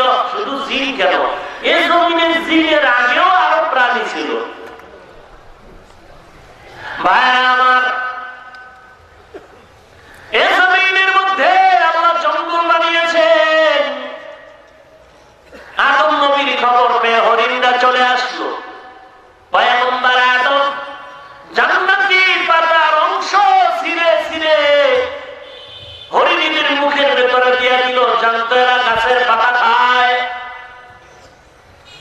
জান্নাতের পাতা হরিণেরা ভক্ষণ করার পরে বরকতি জান্নাতি পাতা ভেতরে যাওয়ার পরে আল্লাহ তাআলা এই পাতার বরকতে প্রত্যেক হরিণের 3টা নেয়ামত দান করেছে। কয়টা নেয়ামত? 3টা নেয়ামত। এক নম্বরে চেহারা সুন্দর হয়ে গেল। 2 নম্বর হরিণের গোশত স্বাদ বেড়ে গেল। 3 নম্বর হরিণের নাভির ভিতরে কস্তুরী তৈরি হয়ে গেল। এরা তো জঙ্গলে গিয়া হাজির, যারা যেতে পারে না, দেখে পাতার ঘেরানে পুরো জঙ্গল মুখরিত হয়ে গেল।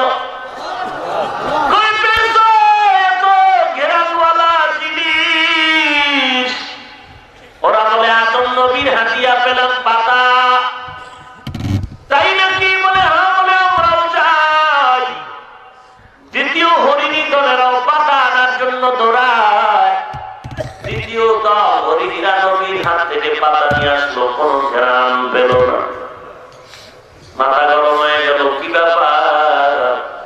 একই নবীর হাতের পাতা তোরাও নিলি, আমরাও নিলাম। তোদের পাতার ঘেরানে পুরা জঙ্গল মুখরিত হয়ে গেল, আমাদের পাতায় কেন ঘেরান নাই? শুধু ঘেরান নাই এতটাই না, ওরা আগের দলে পাইছে 3 নেয়ামত, এরা একটা পায় নাই, 2টা পাইছে। চেহারা সুন্দর হলো, গোস্তের স্বাদ বাড়লো, তবে নাভির ভেতরে কস্তুরী হলো না। এজন্য তাকায় দেখবেন জঙ্গলে হাজার হাজার হরিণী আছে, তবে সবার নাভির ভেতরে কস্তুরী আসে না। ব্যাপার কি? ফলাফল বেড়ে গেল, নিয়তের ভেতরে ভেজাল। আগের দল পাতা আনতে যায় নাই, তারা আদম নবীর সাক্ষাতে গিয়েছে। আর তোরা তো আদম নবীর দেখতে যাও না, তোরা গেছো পাতা আনতে। নিয়তে ভেজাল আছে না নাই? নিয়তে ভেজাল, ফলাফলও ভেজাল। নিয়ত ভালো হবে, ফলাফলও ভালো হবে। এজন্য ভালো আমলের জন্য নবীর সাহাবী মুআয ইবনে জাবাল বলেন 4টা জিনিস লাগবে। 1 নম্বরে লাগবে ইলম, 2 নম্বরে লাগবে কি? নিয়তে ভেজাল আছে না নাই? নিয়তে ভেজাল, ফলাফলও ভেজাল। নিয়ত ভালো হবে, ফলাফলও ভালো হবে। এজন্য ভালো আমলের জন্য নবীর সাহাবী মুআয ইবনে জাবাল বলেন 4টা জিনিস লাগবে। 1 নম্বরে লাগবে ইলম, 2 নম্বরে লাগবে কি? আবার নিয়ত, বিশুদ্ধ নিয়ত। বিশুদ্ধ নিয়তের উপরে আরো আলোচনা আছে, গেলাম না, সামনে আগাই। ভালো আমলের জন্য কয়টা জিনিস লাগবে? 1 নম্বরে ইলম, 2 নম্বরে বিশুদ্ধ নিয়ত, 3 নম্বরে ধৈর্য। 3 নম্বরে কি? ধৈর্য আসেনি? কি এর ধৈর্য আছে? ইমামের কেরাত লম্বা হইলে চাকরি দেয়। কি রমজানে খতমে তারাবির ভিতরে কমিটি কি খুশি? গান হাফেজ সাহেব বিদ্যুৎ ফেল। হ্যাঁ, ধিক্কার তোমাদের জন্য, ধিক্কার তোমাদের জন্য। মদিনায় রমজানে যাও, মক্কায় যাও, কি মজার তেলাওয়াত। 5 ওয়াক্ত নামাজে যেমন তেলাওয়াত, তারাবির নামাজেও তেমন তেলাওয়াত। মনে হয় জানো আসমান থেকে কোরআনের আয়াতগুলো নাযিল হচ্ছে। কত মজা, ঠান্ডা ভাষায় তেলাওয়াত, নিবিড় ভাবে তেলাওয়াত। 20 রাকাত নামাজ গত রমজানে মদিনায় মক্কায় পড়লাম। 20 রাকাত তারাবির নামাজ। আজকে যারা বলে এত পড়া যাবে না, তারা আমল চোর, ইমান চোরার আমল চোর। ওরে আল্লাহর গোলাম, আজকে কোরআন তেলাওয়াত করো বাবা, কমপক্ষে সূরার অক্ষরগুলো যেন উচ্চারণ বোঝা যায়। লম্বা টাইম দিয়ে পারলে খতম করো, না হয় সূরা তারাবি পড়ো, তারপর কোরআনের সাথে যেন কোনো অবহেলা না হয়। লম্বা টাইম দিয়ে পারলে খতম করো, না হয় সূরা তারাবি পড়ো, কিন্তু কোরআনের আজমত নষ্ট করা যাবে না, কোরআনের মর্যাদার ক্ষুণ্ণ করা যাবে না। ঢাকাতে তো 10 দিনে এক খতম পড়ে, একটু সময় আরো বেশি লাগে না? আপনারা একেবারে 30 দিনে খতম, এটাই সহ্য করা যায় না। মক্কা মদিনার মধ্যে যদি আমাকে বাঙালি হাতের সাদা পড়ে, মনে হয় যে 2 রাকাত সালামও ফিরে না, ভাবলি বাড়ি যায়, তারা লাগবো না। ধৈর্য, অথচ আল্লাহ তাআলা বলেন ধৈর্য ধারণকারীদেরকে আল্লাহ বিনা হিসাবে জান্নাত দিবে। ইন্নামা ইউওয়াফাস সাবিরুনা আজরাহুম বিগাইরি হিসাব।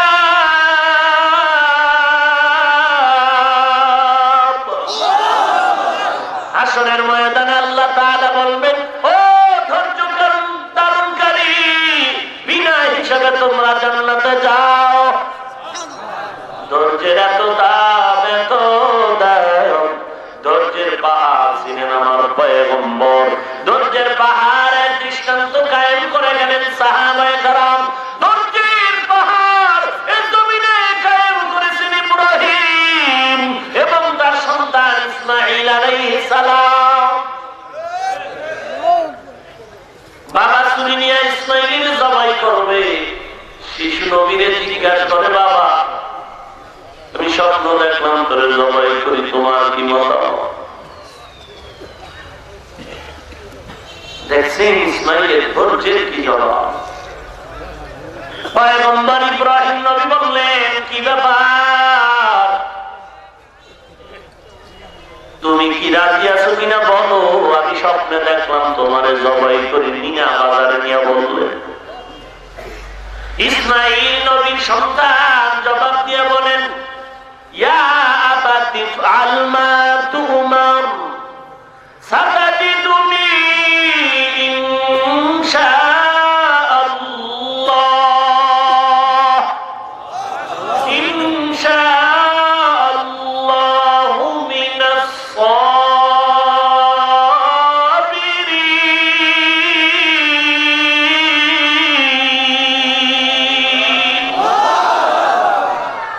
আব্বা জান, আপনি তাড়াতাড়ি আল্লাহর আদেশ পালন করে ইনশাআল্লাহ আমাকে ধৈর্য ধারণকারীর মধ্যেই পাবে।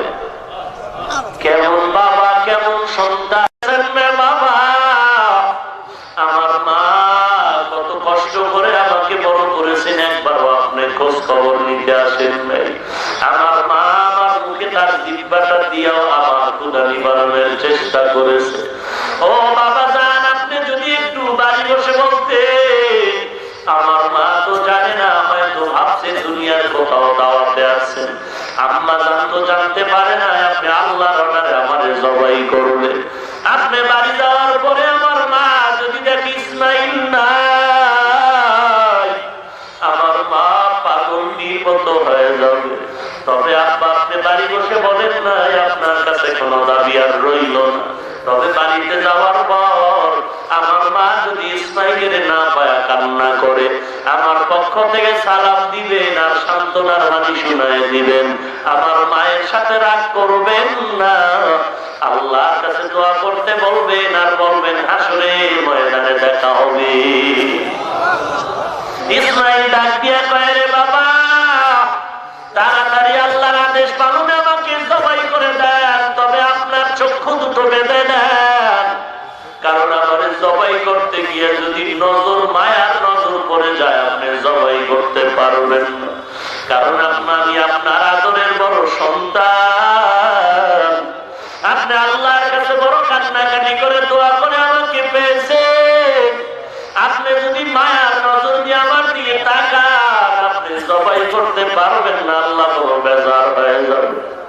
আব্বা যান, আপনি আবার হাত পাও ভালো করে রশি দিয়ে বাঁধেন, কারণ জবাই করার সময় যদি আমার পায়ের নড়াচড়া আপনার শরীরে লেগে যায় বেয়াদবি হবে, আল্লাহ বড় বেজার যদি হয় জীবনের সব ধ্বংস হয়ে যাবে। রে বাবা, আমার পায়ে রশি লাগায় বাঁধেন, আমার হাত পা বেঁধে নেন। আব্বা যান, তাড়াতাড়ি আমাকে ছুরির নিচে দিয়ে দেন। ইব্রাহিম নবী চোখ বাঁধলেন, সন্তানের হাত পা বেঁধে যখন গলায় ছুরি চালাবে। এটা কিভাবে 5 মিনিটে বললাম, তবে চিন্তা করলে বড় কঠিন। সন্তানের ব্যাপারে এইভাবে সিদ্ধান্ত নেওয়া বড় কঠিন।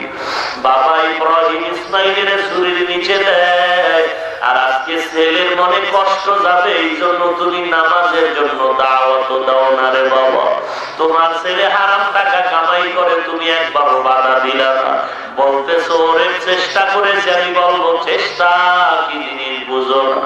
এরে নবীর উম্মতের দল, আমি মাঝে মাঝে বলি হাসরের ময়দানে আল্লাহ না করুন আমি হাফিজুর রহমান যদি বিপদে পড়ে যাই আপনাদের কারো কাছে কোনো প্রশ্ন করা হবে না। রে বাবা, কিন্তু ভালো করে রেকর্ড করে নাও, হাসরের ময়দানে আল্লাহ না করুন আপনার ছেলে যদি বিপদে পড়ে যায়, আপনার মেয়ে যদি বিপদে পড়ে, আপনার স্ত্রী যদি বিপদে পড়ে যায়, তাবলীগে যাও, পীরের দরবারে যাও, আর চিল্লা লাগাও, আর তুমি পাকড়ি বাঁধো, আর কাবার ঘর 10 বার জিয়ারত করো।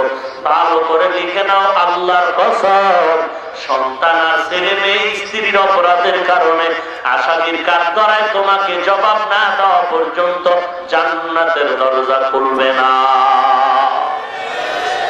ওয়াতার চিন্তা করে কবরের মধ্যে যাও, দুনিয়া কিছুই না রে ভাই। এমন কোন দিন নাই যে লাশের খবর নাই, ফজরের আজানে মুয়াজ্জিন ইন্না লিল্লাহর আওয়াজ দেয় না, এমন কোন রাত্র চলে না। আজকে এই মসজিদে আজানের পরে ইন্না লিল্লাহ, কালকে আর মসজিদে আজানের পরে ফজরে ইন্না লিল্লাহর আওয়াজ। কেউ না কেউ বলে আমার বাবা নাই, কেউ বলে আমার মা নাই, কেউ বলে আমার সন্তান নাই। এরে নবীর উম্মতের দল, আজকে তুমি মুসলমানের ঘরে জন্ম নিয়ে ভাবতেছো, টেনশন করতেছো, চিন্তা করো টুপি মাথায় দিলে কি না জানি হয়, অথচ আমরা টুপি মাথায় দিয়া জীবনের অর্ধেক চলে গেলাম, কিছুই তো হলো না। তুমি চিন্তা করো আজকে যদি দাড়িটা রাখি কি না জানি হয়, আমরা তো রেখে চলতেই আছি, কিছুই তো হলো না। তুমি চিন্তা করো পর্দা করলে কি না জানি হয়, আমরা তো আল্লাহর মহব্বতে পর্দা করে চলতেছি, কিছুই তো হলো না। তুমি আজকে মুসলমানের ঘরে জন্ম নিয়ে চিন্তা করো, অথচ বেঈমানের ঘরে জন্ম নিয়া ভারতের সন্তান, সহস্র কোটি টাকার মালিক, শিব শক্তি স্বরূপ যে নবীর আদর্শ গ্রহণে কোনো টেনশন করলো না। তুমি মুসলমানের ঘরে জন্ম নিয়া নবীর আদর্শের টুপি মাথায় দিতে টেনশন করো, অথচ পাকিস্তানের পপ শিল্পী যার একটা গান গাইলে কোটি কোটি টাকা তার হাতিয়া, জুনায়েদ জামশেদ কালেমার পতাকায় ঢুকতে কোনো টেনশন করলো না। ওরে আমেরিকার বৈজ্ঞানিক নীল আর্মস্ট্রং মাইকেল কলিন্স চাঁদের ফাটল দেখে চাঁদের দেশে গিয়া আল্লাহর নবীর কালেমা পড়তে টেনশন করলো না, অথচ তুমি মুসলমানের ঘরে জন্ম নিয়া আল্লাহর নবীর আদর্শ গ্রহণের টেনশন করো। ওরে যুবক, আমি বলছি না রে বাবা আমার মতো হুজুর হয়ে যাও, চাকরি ছেড়ে দাও, স্কুল ছেড়ে দাও, একবারও বলি না, বরং আমি চ্যালেঞ্জ দিয়ে বলবো রে বাবা তুমি স্কুলে আসো থাকো, কলেজে আসো থাকো, ভার্সিটিতে আসো থাকো, তুমি চাকরি করো করো, ব্যবসা করো করো, তোমার কাছে আমার একটাই আবদার, পারলে পাও দুটো আগায় দাও, আমি পায়ে হাত রেখে বলবো তুমি যেখানেই থাকো যাই করো নবীর আদর্শের মালাটা গলায় লাগায় দাও। তোমার মতো যুবক চাকরি করে, তোমার মতো যুবক স্কুলে পড়ে, তোমার মতো যুবক ব্যবসা করে, হালাল ভাবে খায়, হাজার না lakh lakh RAB army police BDR OC DC অভাব নাই, স্কুলের ছাত্র অভাব নাই, শ্রমিক কৃষক যুবকের অভাব নাই। তুমি কেন পারবা না? কোনো বয়ান দিলে লাভ হবে না। ফাইনাল অ্যান্সার হলো তোমার কপাল পুরাটাই পুড়ে গেছে। এখন তোমার সুযোগ হলো তওবা করে নাও। ইব্রাহিম নবী ইসমাইলের ছুরির নিচে দেয়, কিছুই কাটে না। ছুরিটারে পরীক্ষার জন্য পাথরের উপরে দেয়, পাথর ভাগ হয়ে গেল। ইব্রাহিম নবী আবার প্রতিজ্ঞা করলেন হাতের মধ্যে রক্ত না লাগা পর্যন্ত ধরে আর ছাড়ব না। ইসমাইল শুয়ে গেছে। আল্লাহ তাআলার কুদরতি অন্তরে মায়ার সাগরের জোশ আল্লাহ তাআলা জিবরাইলের পাঠায় বলে, ওরে জিবরাইল, জলদি করে জান্নাত থেকে একটা দুম্বা নিয়ে যাও। ইসমাইলের সরায়া ইব্রাহিমের চুরির নিচে দুম্বা লাগায় দাও, আমার ইসমাইলের যেন ক্ষতি না হয়। আল্লাহ তাআলা দেখে বলেন, ওরে ইব্রাহিম, আমি তোর ছেলে ইসমাইলের জবাই করতে চাই না, আমি চেয়েছি তোমার দিলের মহব্বত, তুমি কতটুকু ধৈর্যের পরিচয় আগাইতে পারো। আমার পরীক্ষা নেওয়া হয়ে গেল, তোমরা দুজন পাস করেছো, এখন আর ইসমাইলের নিয়ে জবাইয়ের চিন্তা করো না। হাজেরা ইসমাইলের জন্য ঘরের মধ্যে বসে কান্নায় বিভোর, কারণ মায়ের কলিজায় তো খবর হয়ে গেছে। সন্তান বিপদের মধ্যে আসলে, কোন পরীক্ষায় পড়লে, একটু হালকা সমস্যায় পড়লে মায়ের ভেতরে টেনশন শুরু হয়। আল্লাহ বলি, ইব্রাহিম যাও ইসমাইলের তার মায়ের কোলে ফিরায় দাও। আর বড় একটা জায়গা থেকে, বড় কোনো ব্যক্তির থেকে গেলে হাদিয়া নেওয়া লাগে। আমি আল্লাহ এই জান্নাতি দুম্বার গোশত হাদিয়া দিলাম, হাজেরার কাছে পৌঁছায় দাও।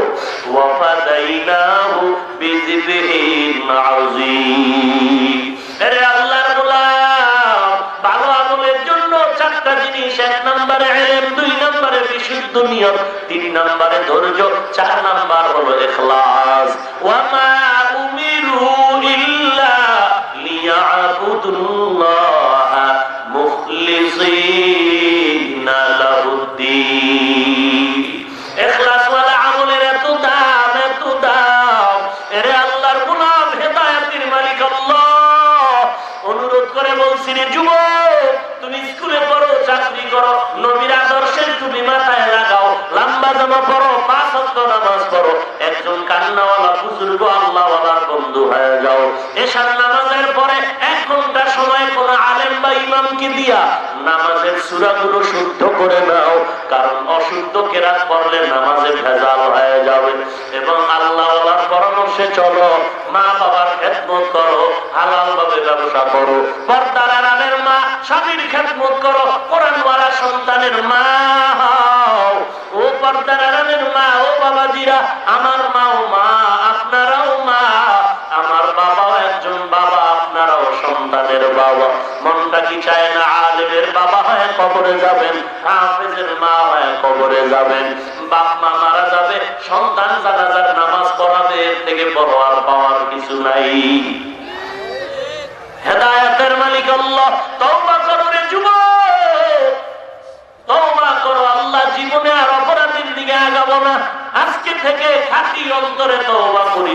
নবীর তরিকা ছাড়বো না, গাদ্দারি করবো না, নামাজ ছাড়বো না, পর্দা ছাড়বো না, কোরআন সহিভাবে পড়বো, আল্লাহওয়ালার বন্ধু বানায় তার উপরে জীবনটারে সুন্দর করবো, কোরআনটারে সহি করে পড়বো, 5 ওয়াক্ত নামাজ পড়বো, নবীর আদর্শ আর জবাই করবো না। গলায় ছুরি আসবে, মরে যাবো, চাকরি থাকার যাক, আমি আল্লাহর বিরোধিতা করবো না। সবার কপালে হেদায়েত আসবে না, সবাই জান্নাত পাবে না। আল্লাহ যাকে কবুল করবেন সেই হেদায়েত পাবে। অন্তর যদি তওবার জন্য খাঁটি হয়, মুনাফিকি না থাকে, খাঁটি নিয়তে 2 হাত আল্লাহকে দেখায় দাও। আয় আল্লাহ আমাদের হাতগুলো কবুল করে নেন। আয় আল্লাহ দাড়িওয়ালা নামাজি বানায় দেন, খাস বান্দাদের বন্ধু বানায় দেন, সহিভাবে কোরআন পড়ার তৌফিক দান করেন আল্লাহ। আল্লাহ আমরা তওবার নিয়তে হাত তুলেছি, তওবা কবুল করে নেন। আল্লাহ নবীজির আদর্শওয়ালা উম্মত বানায় দেন। আল্লাহ তওবার উপরে মজবুত হয়ে থাকার তৌফিক দান করেন আল্লাহ। মা বাবার বাধ্যগত সন্তান বানায় দেন। ঘরে ঘরে কোরআন সুন্নাহর বাতি জ্বালায় দেন। গুনাহের প্রতি ঘৃণা জমায় দেন। নেক আমলের আগ্রহ বাড়ায় দেন। আয় আল্লাহ তাআলা মেহেরবানি করে আমাদের কামাই রুজি ব্যবসার ভিতরে হালাল বরকত বাড়ায় দেন। ঈমান আমল আমাদের মজবুত করে দেন। বলেন আমিন। আলহামদুলিল্লাহি রাব্বিল আলামিন। ওয়াসসালাতু ওয়াসসালামু আলা সাইয়্যিদিল আমবিয়া'i ওয়াল মুরসালিন ওয়া আলা আলিহি ওয়া আসহাবিহি আজমাইন। ইয়া আরহামার রাহিমিন, ইয়া আরহামার রাহিমিন, ইয়া আরহামার রাহিমিন। আল্লাহুম্মা ইজআলনি ফি আইনি সাগীরা ওয়া ফি আ'ইনিন নাসি কাবীরা। اللهم اكفناهم بما شئت.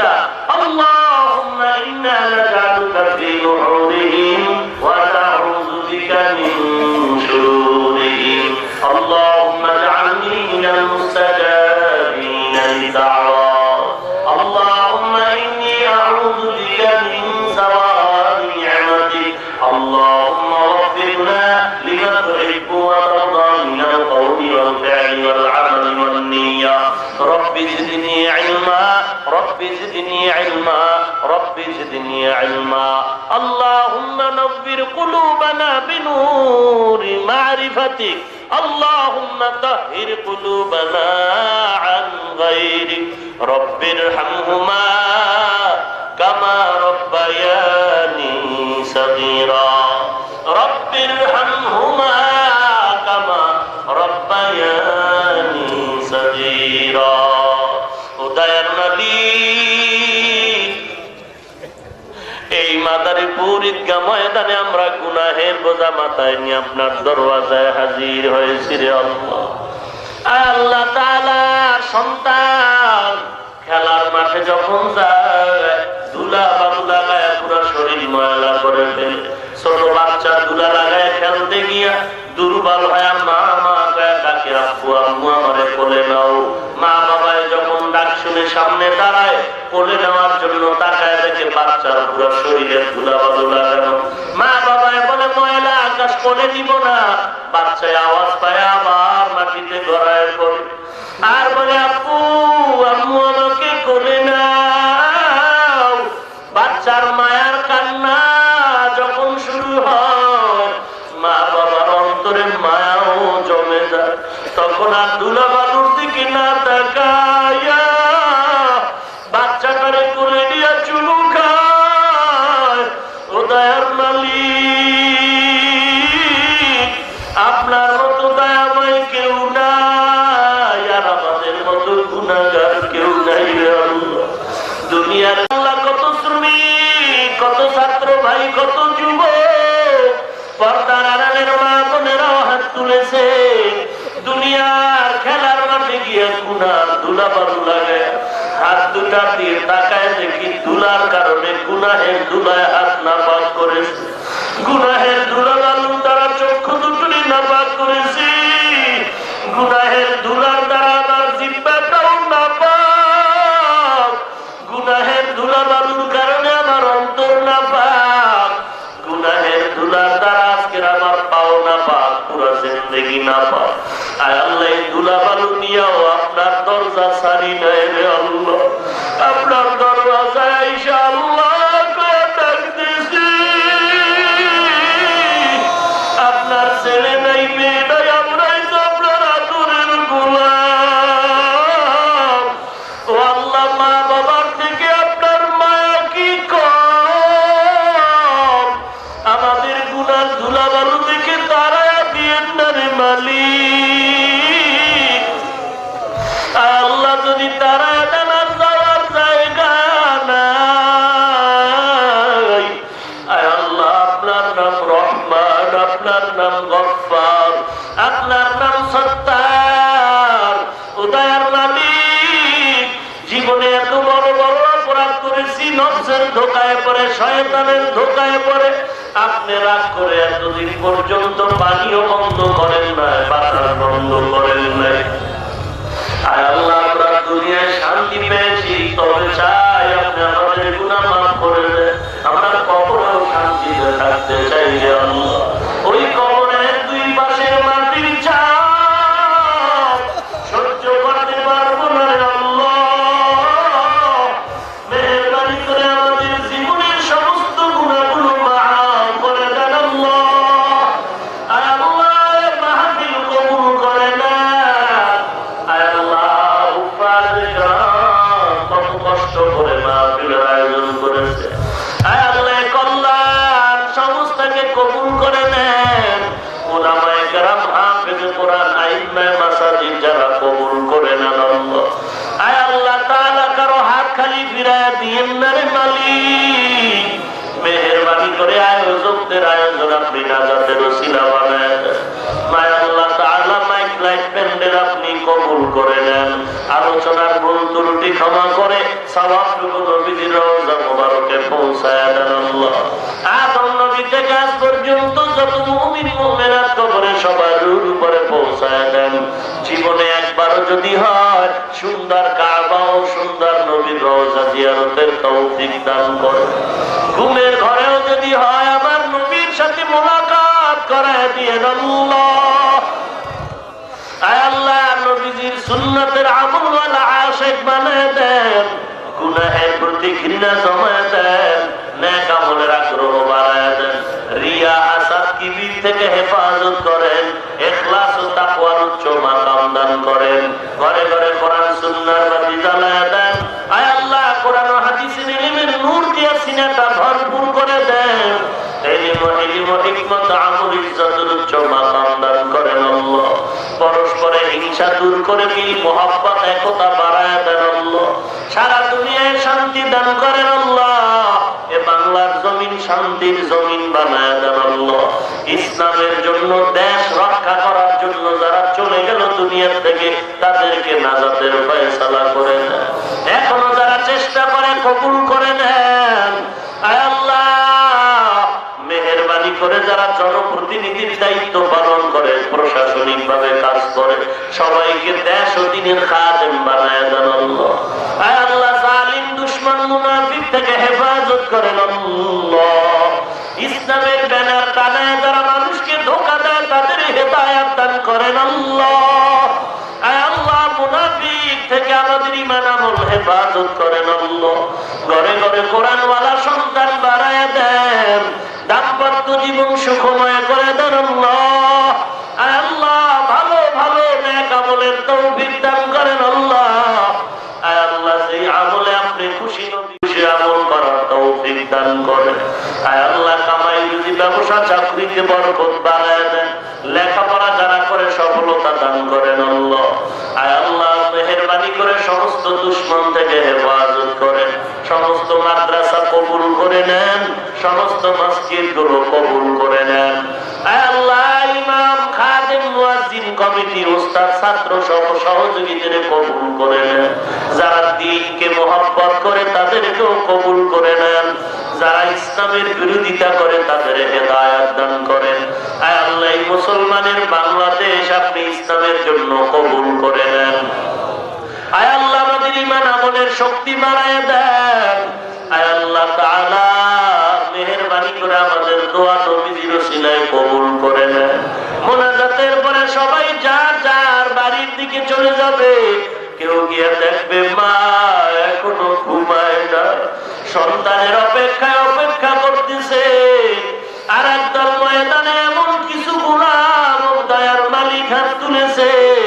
কুদরতের নজরটা দিয়ে দেখেন কারা যেন মা হারায় দিনের মতো হাত তুলেছে, কারা যেন বাবা হারায় দিন।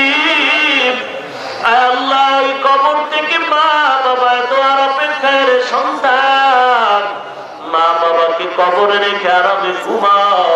একটু কি মায়াও হয় না, চেহারাও মনে পড়ে না? ওরা নিষ্ঠুর সন্তান, একটু কি দোয়াও করতে পারো না? ও মাওয়া মাওলা, তাকায় দেখেন কারা মা বাবা হারায় দিন। দিকে তাকাইও কি মায়া হবে না রে আল্লাহ? গুনাহ করার কারণে দিলটা পাথরের মতো শক্ত, চোখে পানিও নাই। আয় আল্লাহ, কোরআনের বরকতে আমাদের দিলটা নরম করে দেন। কান্নাওয়ালা চক্ষু দান করেন আল্লাহ, কান্নাওয়ালা চক্ষু দান করেন আল্লাহ, কান্নাওয়ালা চক্ষু দান করেন আল্লাহ, জিকিরওয়ালা জিহ্বা দান করেন আল্লাহ, আখিরাতের ফিকিরওয়ালা কলম দান করেন আল্লাহ। ও দয়ার মালিক, শয়তানের ধোঁকায় গুনাহ করে ফেলেছি, নফসের ধোঁকায় করে গুনাহ করেছি, তওবার নিয়তে হাত তুলেছি, আর গুনাহ করব না, আর গুনাহ করব না রে আল্লাহ। মেহেরবানি করে আপনি কি আমাদের মাফ করবেন না রে মালিক?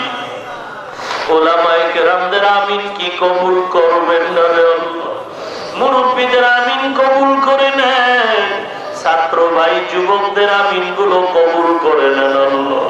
কত ছাত্র এখানে আছে, আমিও ঢাকাতে মাদ্রাসার খেদমত করি, মাদ্রাসা বন্ধ, ছাত্রদের বাড়ি ছুটি দিয়া দিলাম, সবাই যায়। হঠাৎ তাকায় দেখি শিবির গোড়ায় দুটো ছোট ছাত্র দাঁড়ায় কান্না করে, এরে বাবা তোমরা কেন বাড়ি যাও না? বাচ্চা দুটো গলা জড়ায় কান্না করে, বলে হুজুর আমাদের বাড়ি নাই, আমাদের ঘর নাই, আমাদের মা নাই, বাবা নাই,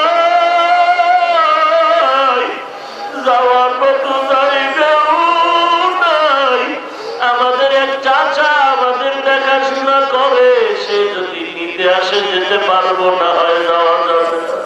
ও দয়ার মালিক, এ ময়দানে এতিমেরা কি নাই? ওরে আল্লাহর বান্দারা, ডানে বামে তাকায় দেখো কার চোখের পানিগুলো পড়ে। কান্নাওয়ালার কাছে হাত বাড়ায় দোয়া চাও, দোয়া চাও। চোখের পানিওয়ালার দোয়া মাওলা খালি ফিরায় না, চোখের পানিওয়ালার দোয়া মাওলা খালি ফিরায় না। এ ময়দানে আমিও কান্নাওয়ালা ভাই আপনাদের কাছে দোয়া চাই। আমার মতো গুনাহগারে ময়দানে কেউ নাই, জাহান্নামের আসামি কেউ নাই, ইলম নাই, আমল নাই, আল্লাহ সম্মান দিয়েছে, গুনাহের কারণে জানো ফেলে না দেন। ও দয়ার মালিক, দুনিয়ার কারো কাছে এমন হাত জোর করলে দয়া না করে পারতো না রে আল্লাহ।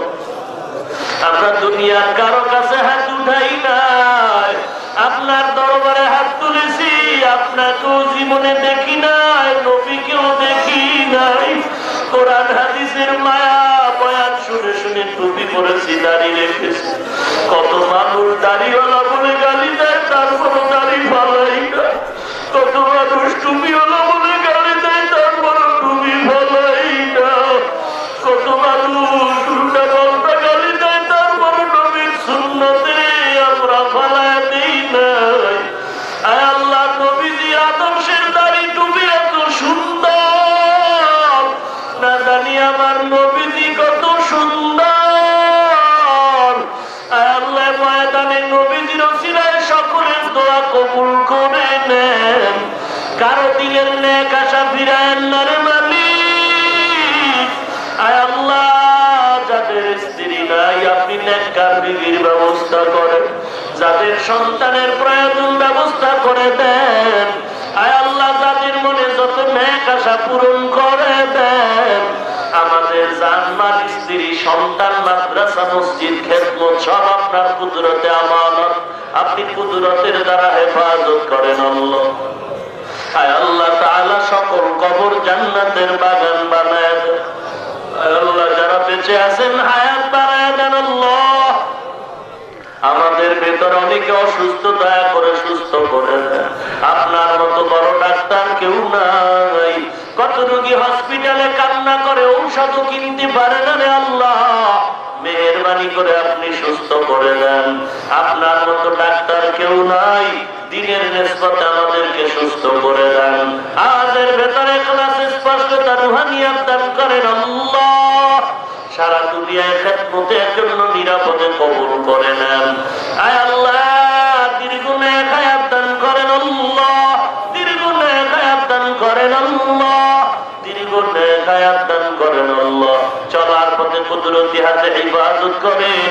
আয় আল্লাহ বেশি বেশি নেক আমলের তৌফিক দান করেন। আয় আল্লাহ তাআলা দিনের নেক আশাগুলো পূরণ করে দেন। আয় আল্লাহ তাআলা মেহেরবানি করে সব আপনার রাজি অনুযায়ী কবুল করেন। আয় আল্লাহ সমস্ত দ্বীনি খেদমতগুলো সহিভাবে কবুল করে নেন। আহলে আকুল আমাদেরকে এখন নেক বানায় দেন। গুনাহের প্রতি আমাদের সকলের ঘৃণা পয়দা করে দেন আল্লাহ। নবীজির ওসিলায় দোয়া কবুল করে নেন। আল্লাহ মাহফিল নাজাতের ওসিলা বানায় দেন। সুবহানাল্লাহি ওয়া বিহামদিহি সুবহানাল্লাহিল আযীম। ওয়া সাল্লাল্লাহু তাআলা আলা খায়রি খালকিহি মুহাম্মাদিন ওয়া আলিহি ওয়া আসহাবিহি আজমাইন। আমিন আমিন আমিন। আয় আল্লাহ ঢাকাতে মাদ্রাসার খেদমত করে কবুল করে নেন। স্থায়ী জায়গা বহু টাকার প্রয়োজন গায়বী খাজানার থেকে ব্যবস্থা করে দেন। আয় আল্লাহ ইখলাসওয়ালা জিন্দেগি দান করেন আল্লাহ। আউফাউযু আমরি ইলাল্লাহ ইন্নাল্লাহা বাসীরুম বিল ইবাদ। আমিন বিরহমাতিকা